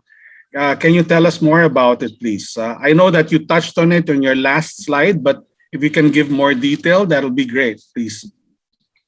Okay, thank you for the question, Jojo. So I mentioned briefly in my keynote speech, and we have 2 programs ready for you for the global startups. And the first one is actually limited to startups in Asian countries. And the event is called ASEAN Startup Week. And there's a little bit of political background here because under the President Moon Jae-in and his administration has developed new initiative called New Southern Policy. And it is to elevate Korea's relations with ASEAN member states in the political, economic, social, and cultural spheres to the same level with the 4 major powers like US, China, Japan, and Russia. So in this context, we see more and more projects and collaborations that are happening between Korea and ASEAN member states. And at the startup level, we are holding this event called ASEAN Startup Week. And it started as a seminar, but now it's turned into this whole event of business meetings and pitch challenge. But due to the COVID situation, we are only holding it through online. But next year, I believe the COVID situation will get better. So we'll be able to invite startups from ASEAN countries to Korea physically. And the second one is called the K-Startup Grand Challenge Program. And every year, Korea offers startups from all over the world to launch their business in Korea and expand across the other Asian markets if they like. And this year, we received about 2,600 applications from 129 countries, and we selected 60 teams out of them. It is quite competitive, but as long as 60? Is it 60 teams? Yes, only 60 teams. So it is quite competitive, but as long as your businesses and action plan is clear, and if you're able to show the potential power of your company, and then you can give it a shot because it comes with a whole package. So if you're selected to be the 60 teams, you have to actually fly to Korea to participate in the program. So the first period is gonna last the 3.5 months, and we provide free workspace in Pangyo Techno Valley, Korean intern, living expenses about $3,000 US per month, and each team is also matched with the Startup Accelerator here in Korea, and that will help you closely with the consultations, networking, and maybe possible investment opportunities. So I think government is supporting these programs because we like to offer the soft landings to foreign startups who are interested and who may be coming into Korean startup community. And it is actually to create network between these foreign startups and the community in Korea. Wonderful. Thanks for sharing that, Julie. You know, one of the other things that caught my eye during your presentation was the Ministry of SMEs and Startups. You know, we work with maybe 25, 30 governments around the world right now. And I haven't seen any ministry in other countries similar to what you just shared with us. So hopefully, maybe with this collaboration between Korea and the Philippines, we can also invite Minister Kwan to the Philippines and maybe talk to our government leaders on how to do it also in the Philippines. Okay, great. Noted. Thanks again, Julie. So I'm sure we have a lot. I'm sure we have a lot in the audience who'll be interested in joining one of these great initiatives. Over to you now, Anya. Israel has a rich experience in building global startups. I'm also aware that the Israel Innovation Authority has a unique model of how it engages with the private sector, which is a challenge for us here in the Philippines. So I actually have 2 points which I'd like you to speak on, if you don't mind. First, how can you describe a potential collaboration model between Israel and the Philippines? And second, if you can expound for us the role and process of the Israel Innovation Authority in bridging effectively startups with the private sector. Okay, thank you, Jojo. So first of all, let me tell you, for people who don't know, Israel has 9 million people, so we're a very small country. And we've built quite successful. So this year we've raised over 20 billion US already so far. And there are something like 80 unicorns, half of them born during COVID. So this pandemic was good for Israel because we're small and we're far away, and we've been digital for a long time because we can't really travel anywhere unless we fly. So every Israeli company is actually born a global company because there's no local market. And that has been very, very good for our startups. So they have to, from the first, they have to think about needs of global markets. They have to do market verification abroad. They have to do validation abroad. And it's a very important point, I think, for any startup in the world. So even if you have a good local market, if you really want to grow to be a unicorn, start with looking abroad, because the needs are probably different abroad. Another thing I wanted to say is we in Israel realized in the 90s that R&D is a good sign for innovation. So we started increasing R&D by government encouragement, and I'll explain how. And for quite a few years now, the two top countries in terms of R&D per capita has been Israel and Korea. For South Korea, for many, many years now. And we've been 1 year, Israel has more, next year South Korea has more. So both countries, I have realized quite early that this is a very important thing. And the way we encourage R&D, we provide the high risk capital. So we spend our money, by the way, our budget is smallest of all OECD countries in terms of percentage of GDP. So it's a very small budget, but it's a very effective, because we never provide total funding. We always provide part of the funding, and the private sector has to participate. So this enables us to take high risks in the beginning, but then step back as the company has reached its milestones. So some projects we may support for 15 years because they're new drugs or new technologies, and they take a long time. Other projects, maybe after 2 years, already don't need us. So another thing we do, and this is very important also in terms of encouraging risk. So the speaker before us talked about French being risk averse. Israelis are actually the opposite. So we're a very risk-taking country, and we usually say, we always ask, how come we have so many startups? And we say, because Israelis are never satisfied. We look at something, we always think we can do it better. But the government can encourage risk-taking by providing, what we do, we provide conditional loans. So if the project fails, they don't have to return the money. So it enables people to take more risks. It's not a loan that has to be repaid. And if the project succeeds, we get our money back through royalties of sales. We don't take upside, we don't take equity. So we don't want to participate in financial success of the private sector. We want to encourage it. So that's why I said our goal is economic, it's not financial. So our goal is to create larger companies, to create more jobs, to have companies manufacture locally whenever it's economically possible, and so forth. And we also have quite a lot of international collaborations. As I said, we have 5 funds with countries.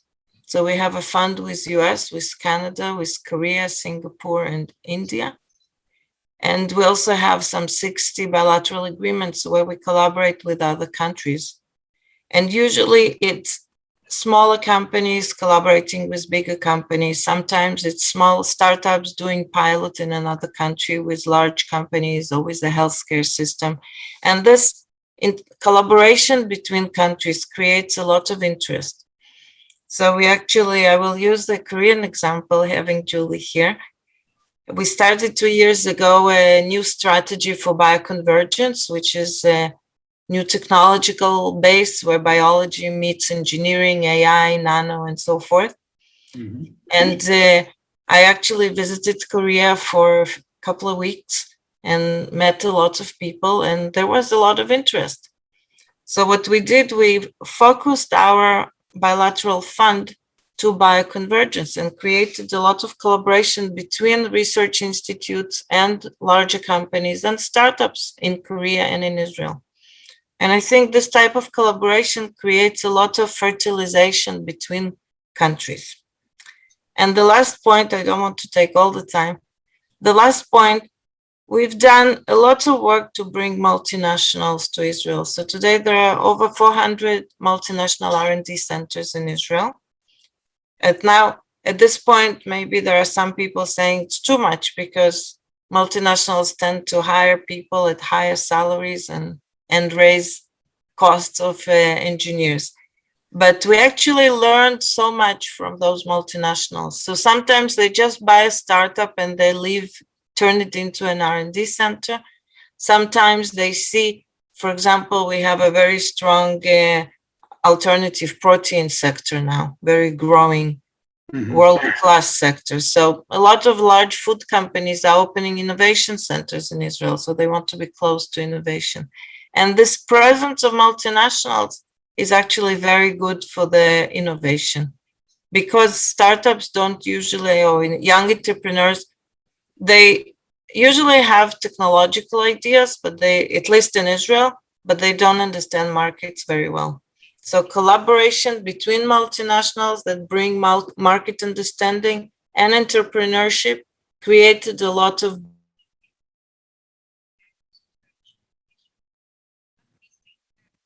I think we may have lost Anya. We can go back to her.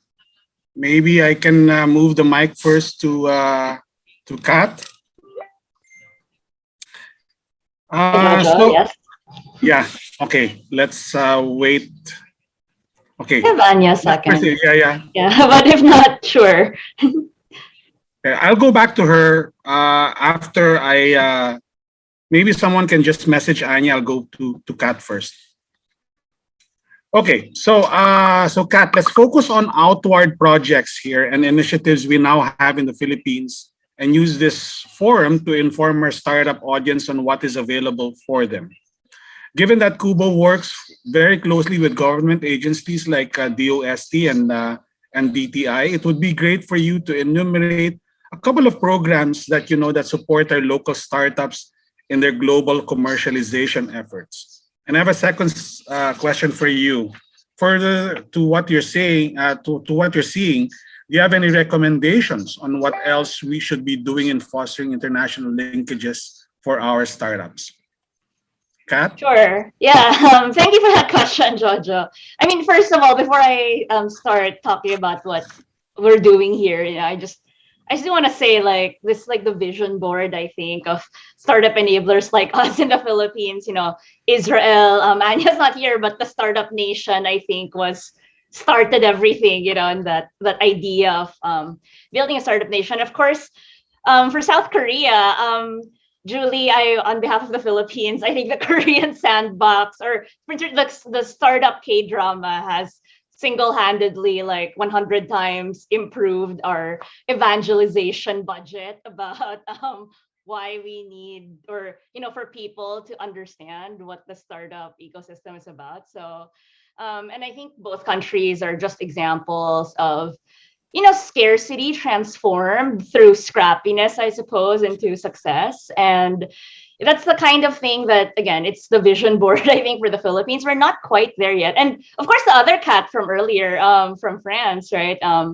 So every country is different. We have our own challenges, but also our own strengths. And I think I've taken so many notes about how we can take some of the lessons from Israel, from Korea, from France, right, and see how we can evolve it to here. But anyway, I'm actually going to answer your question now. So, yeah, in terms of local initiatives, there are a lot. Like, I mean, just even looking back from the first time that we started Slingshot with a DTI, and a lot of these were just ideas. A lot of things have evolved in the Philippines. I think even this notion of Philippine Startup Week, of having this collaborative event to really bring density and kind of eyeballs to the Philippine startup ecosystem, is already a way to strengthen global linkages. And I would definitely encourage Filipinos to not just look at our own startup week, but explore the events. Like, DLD was one like thing that inspired us in Israel. Like in Korea, we have startups there now that are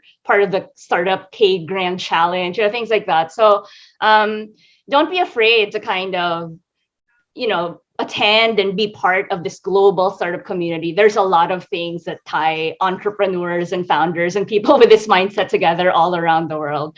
And I think that's something that the DTI in particular has done a great job at, at supporting. So in case you guys didn't know this, for the people in the audience, the DTI has actually supported programs in everywhere from Canada to, again, Israel, to Japan, to South Korea, to Singapore. There are so many places where we want you to be exposed and learn from the best, right? So we also heard earlier today from the Startup Genome guys. I think mapping is a big part, like understanding what's going on, being equipped with knowledge is a really important part of how we link ourselves globally. And it is an effort that we continue to have in the Philippines. So a better understanding of our local startup ecosystem. So Kubo does a lot of these mappings, and it's happening now actually at the city level, even about what resources are available, and then expanding that out all the way to the global level, right? And how we kind of stack up against the rest of the world, is another kind of foundational thing.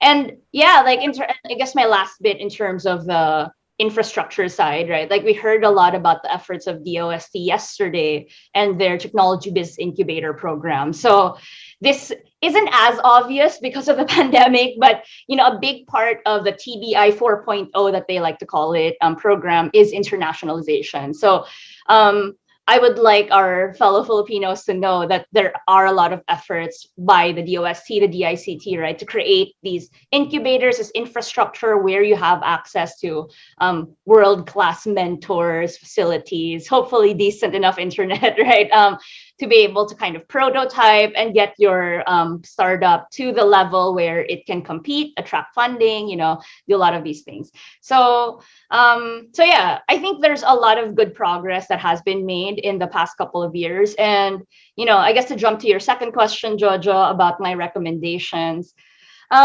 Yeah, how do I do this? I think I'll do it in two kind of steps, right? Like first, my recommendation in terms of global linkages for our enablers and for our government. So people like us. And I think the first thing is I did agree with what Kat said earlier, the other Kat, I'm confusing myself. Like people are our biggest asset. So I think improving access to and even exchange of global talent. I actually want to give a quick shout out to Manuela from Never here. He changed my mind on this.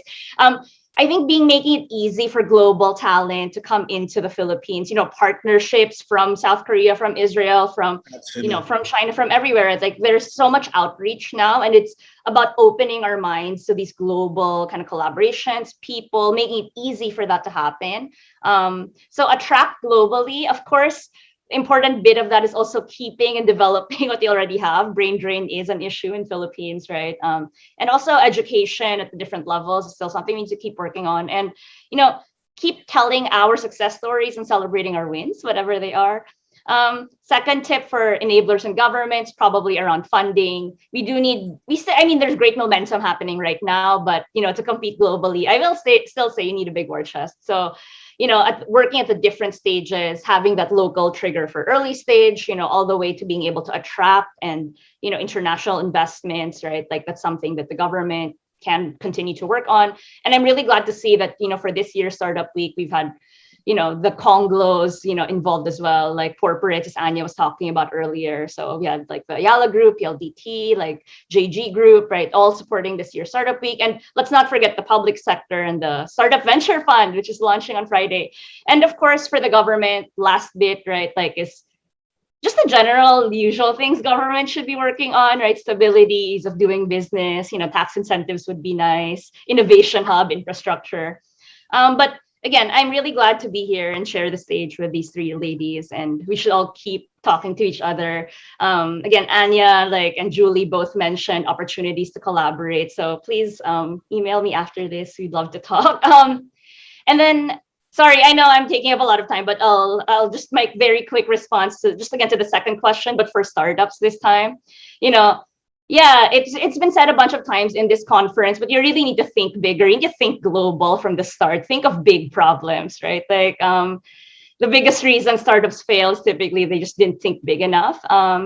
not to say that, you know, international maybe isn't always the answer, you know, and there's still a lot of opportunities locally to pursue, but you know, and good execution is important, but think bigger. Yes, do join programs like the, you know, acceleration programs like the GAP, like the, you know, the ones being offered by DTI. They really do help you adapt, know the rules. You know, if you're working with an incubator in another country, they're just going to help you leapfrog so many mistakes, right?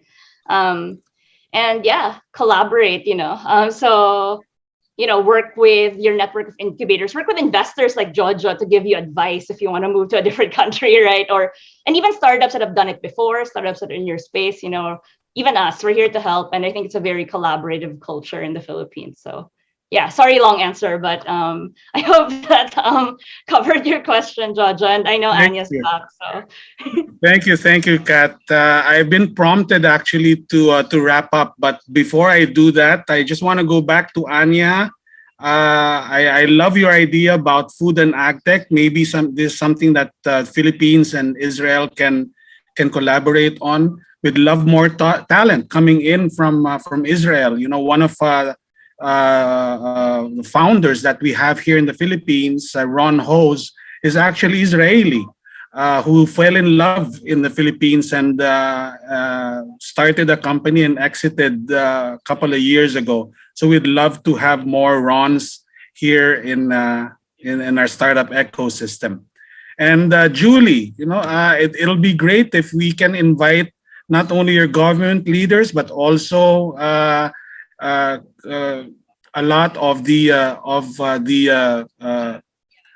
giants, the tech giants and companies of Korea, and encourage our own corporates also to be involved and engaged more with startups.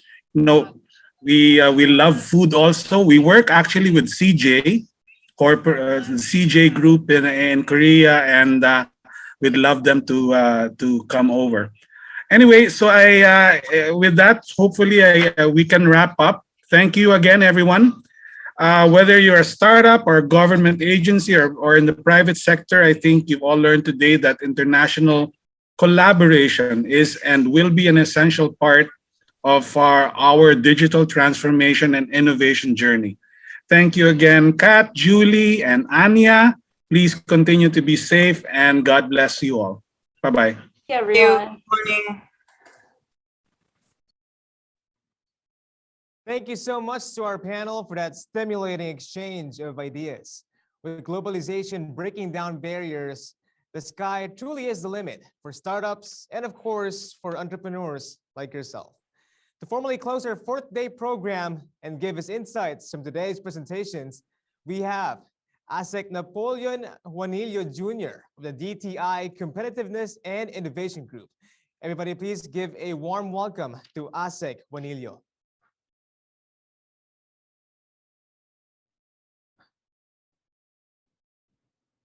DTI Secretary, Honorable Ramon M. Lopez, Undersecretary for Competitiveness and Innovation Group, Rafaelita M. Aldaba, to all our distinguished guests and speakers, Estefan Kuster, Melchor Plabazan, Kelvin Lester King Lee, John Yanushak, Frederick Levy, Artie Lopez, Earl Valencia, Ray Alimurong, Martin Koo, Dayan Eustaquio, Julie June, Katrina Chan, Anya Eldan, and Jojo Flores.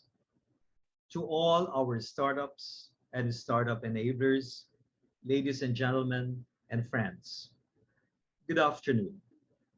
It is an honor to be here with you, though virtual, to close our annual Slingshot conference. Your active participation has made this conference a successful one. And with that, on behalf of the DTI Competitiveness and Innovation Group, we would like to extend our warmest gratitude to each one of you. From day one of the Philippines Startup Week until this morning, I am amazed to see the enthusiasm of the startup community and the overflowing interest and support in taking part in building the country's startup ecosystem. Allow me to also take this opportunity to thank and congratulate as well the DTI startup team, headed by the group of Undersecretary Fita Aldaba, for all the efforts and initiatives in making this conference possible. This morning has been very insightful, and perhaps one of the things I would like to highlight is that it takes a whole of society's approach to growing exceptional startups. As mentioned by one of our speakers, fostering a startup involves infrastructure, culture, environment, and regulatory relationships, among many others, with the government playing a critical role. We have also learned from our key speakers and panelists from across the globe the best practices and challenges relative to the Iron Triangle of the country, that is fintech, e-commerce, and logistics. But above all else, we are reminded once more that the Philippines' greatest strength is its people. We have so much brilliant, young, and innovative individuals and talents. Thus, efforts must be focused on attracting talents so that we may establish an entrepreneurial ecosystem. Before I end here, we wish to invite everyone tomorrow to the Venture Pilipinas, the Startup Venture Fund Pitch, which is a virtual pitch event that will feature startups covering different industries and investment stages. We are very excited to also share that the event will serve as the launch of the Startup Venture Fund, or SVF. Moving forward, our commitment to fostering an innovative and robust Philippine startup ecosystem does not end here. We will continue working on impactful activities and programs and collaborate with startup players across the globe.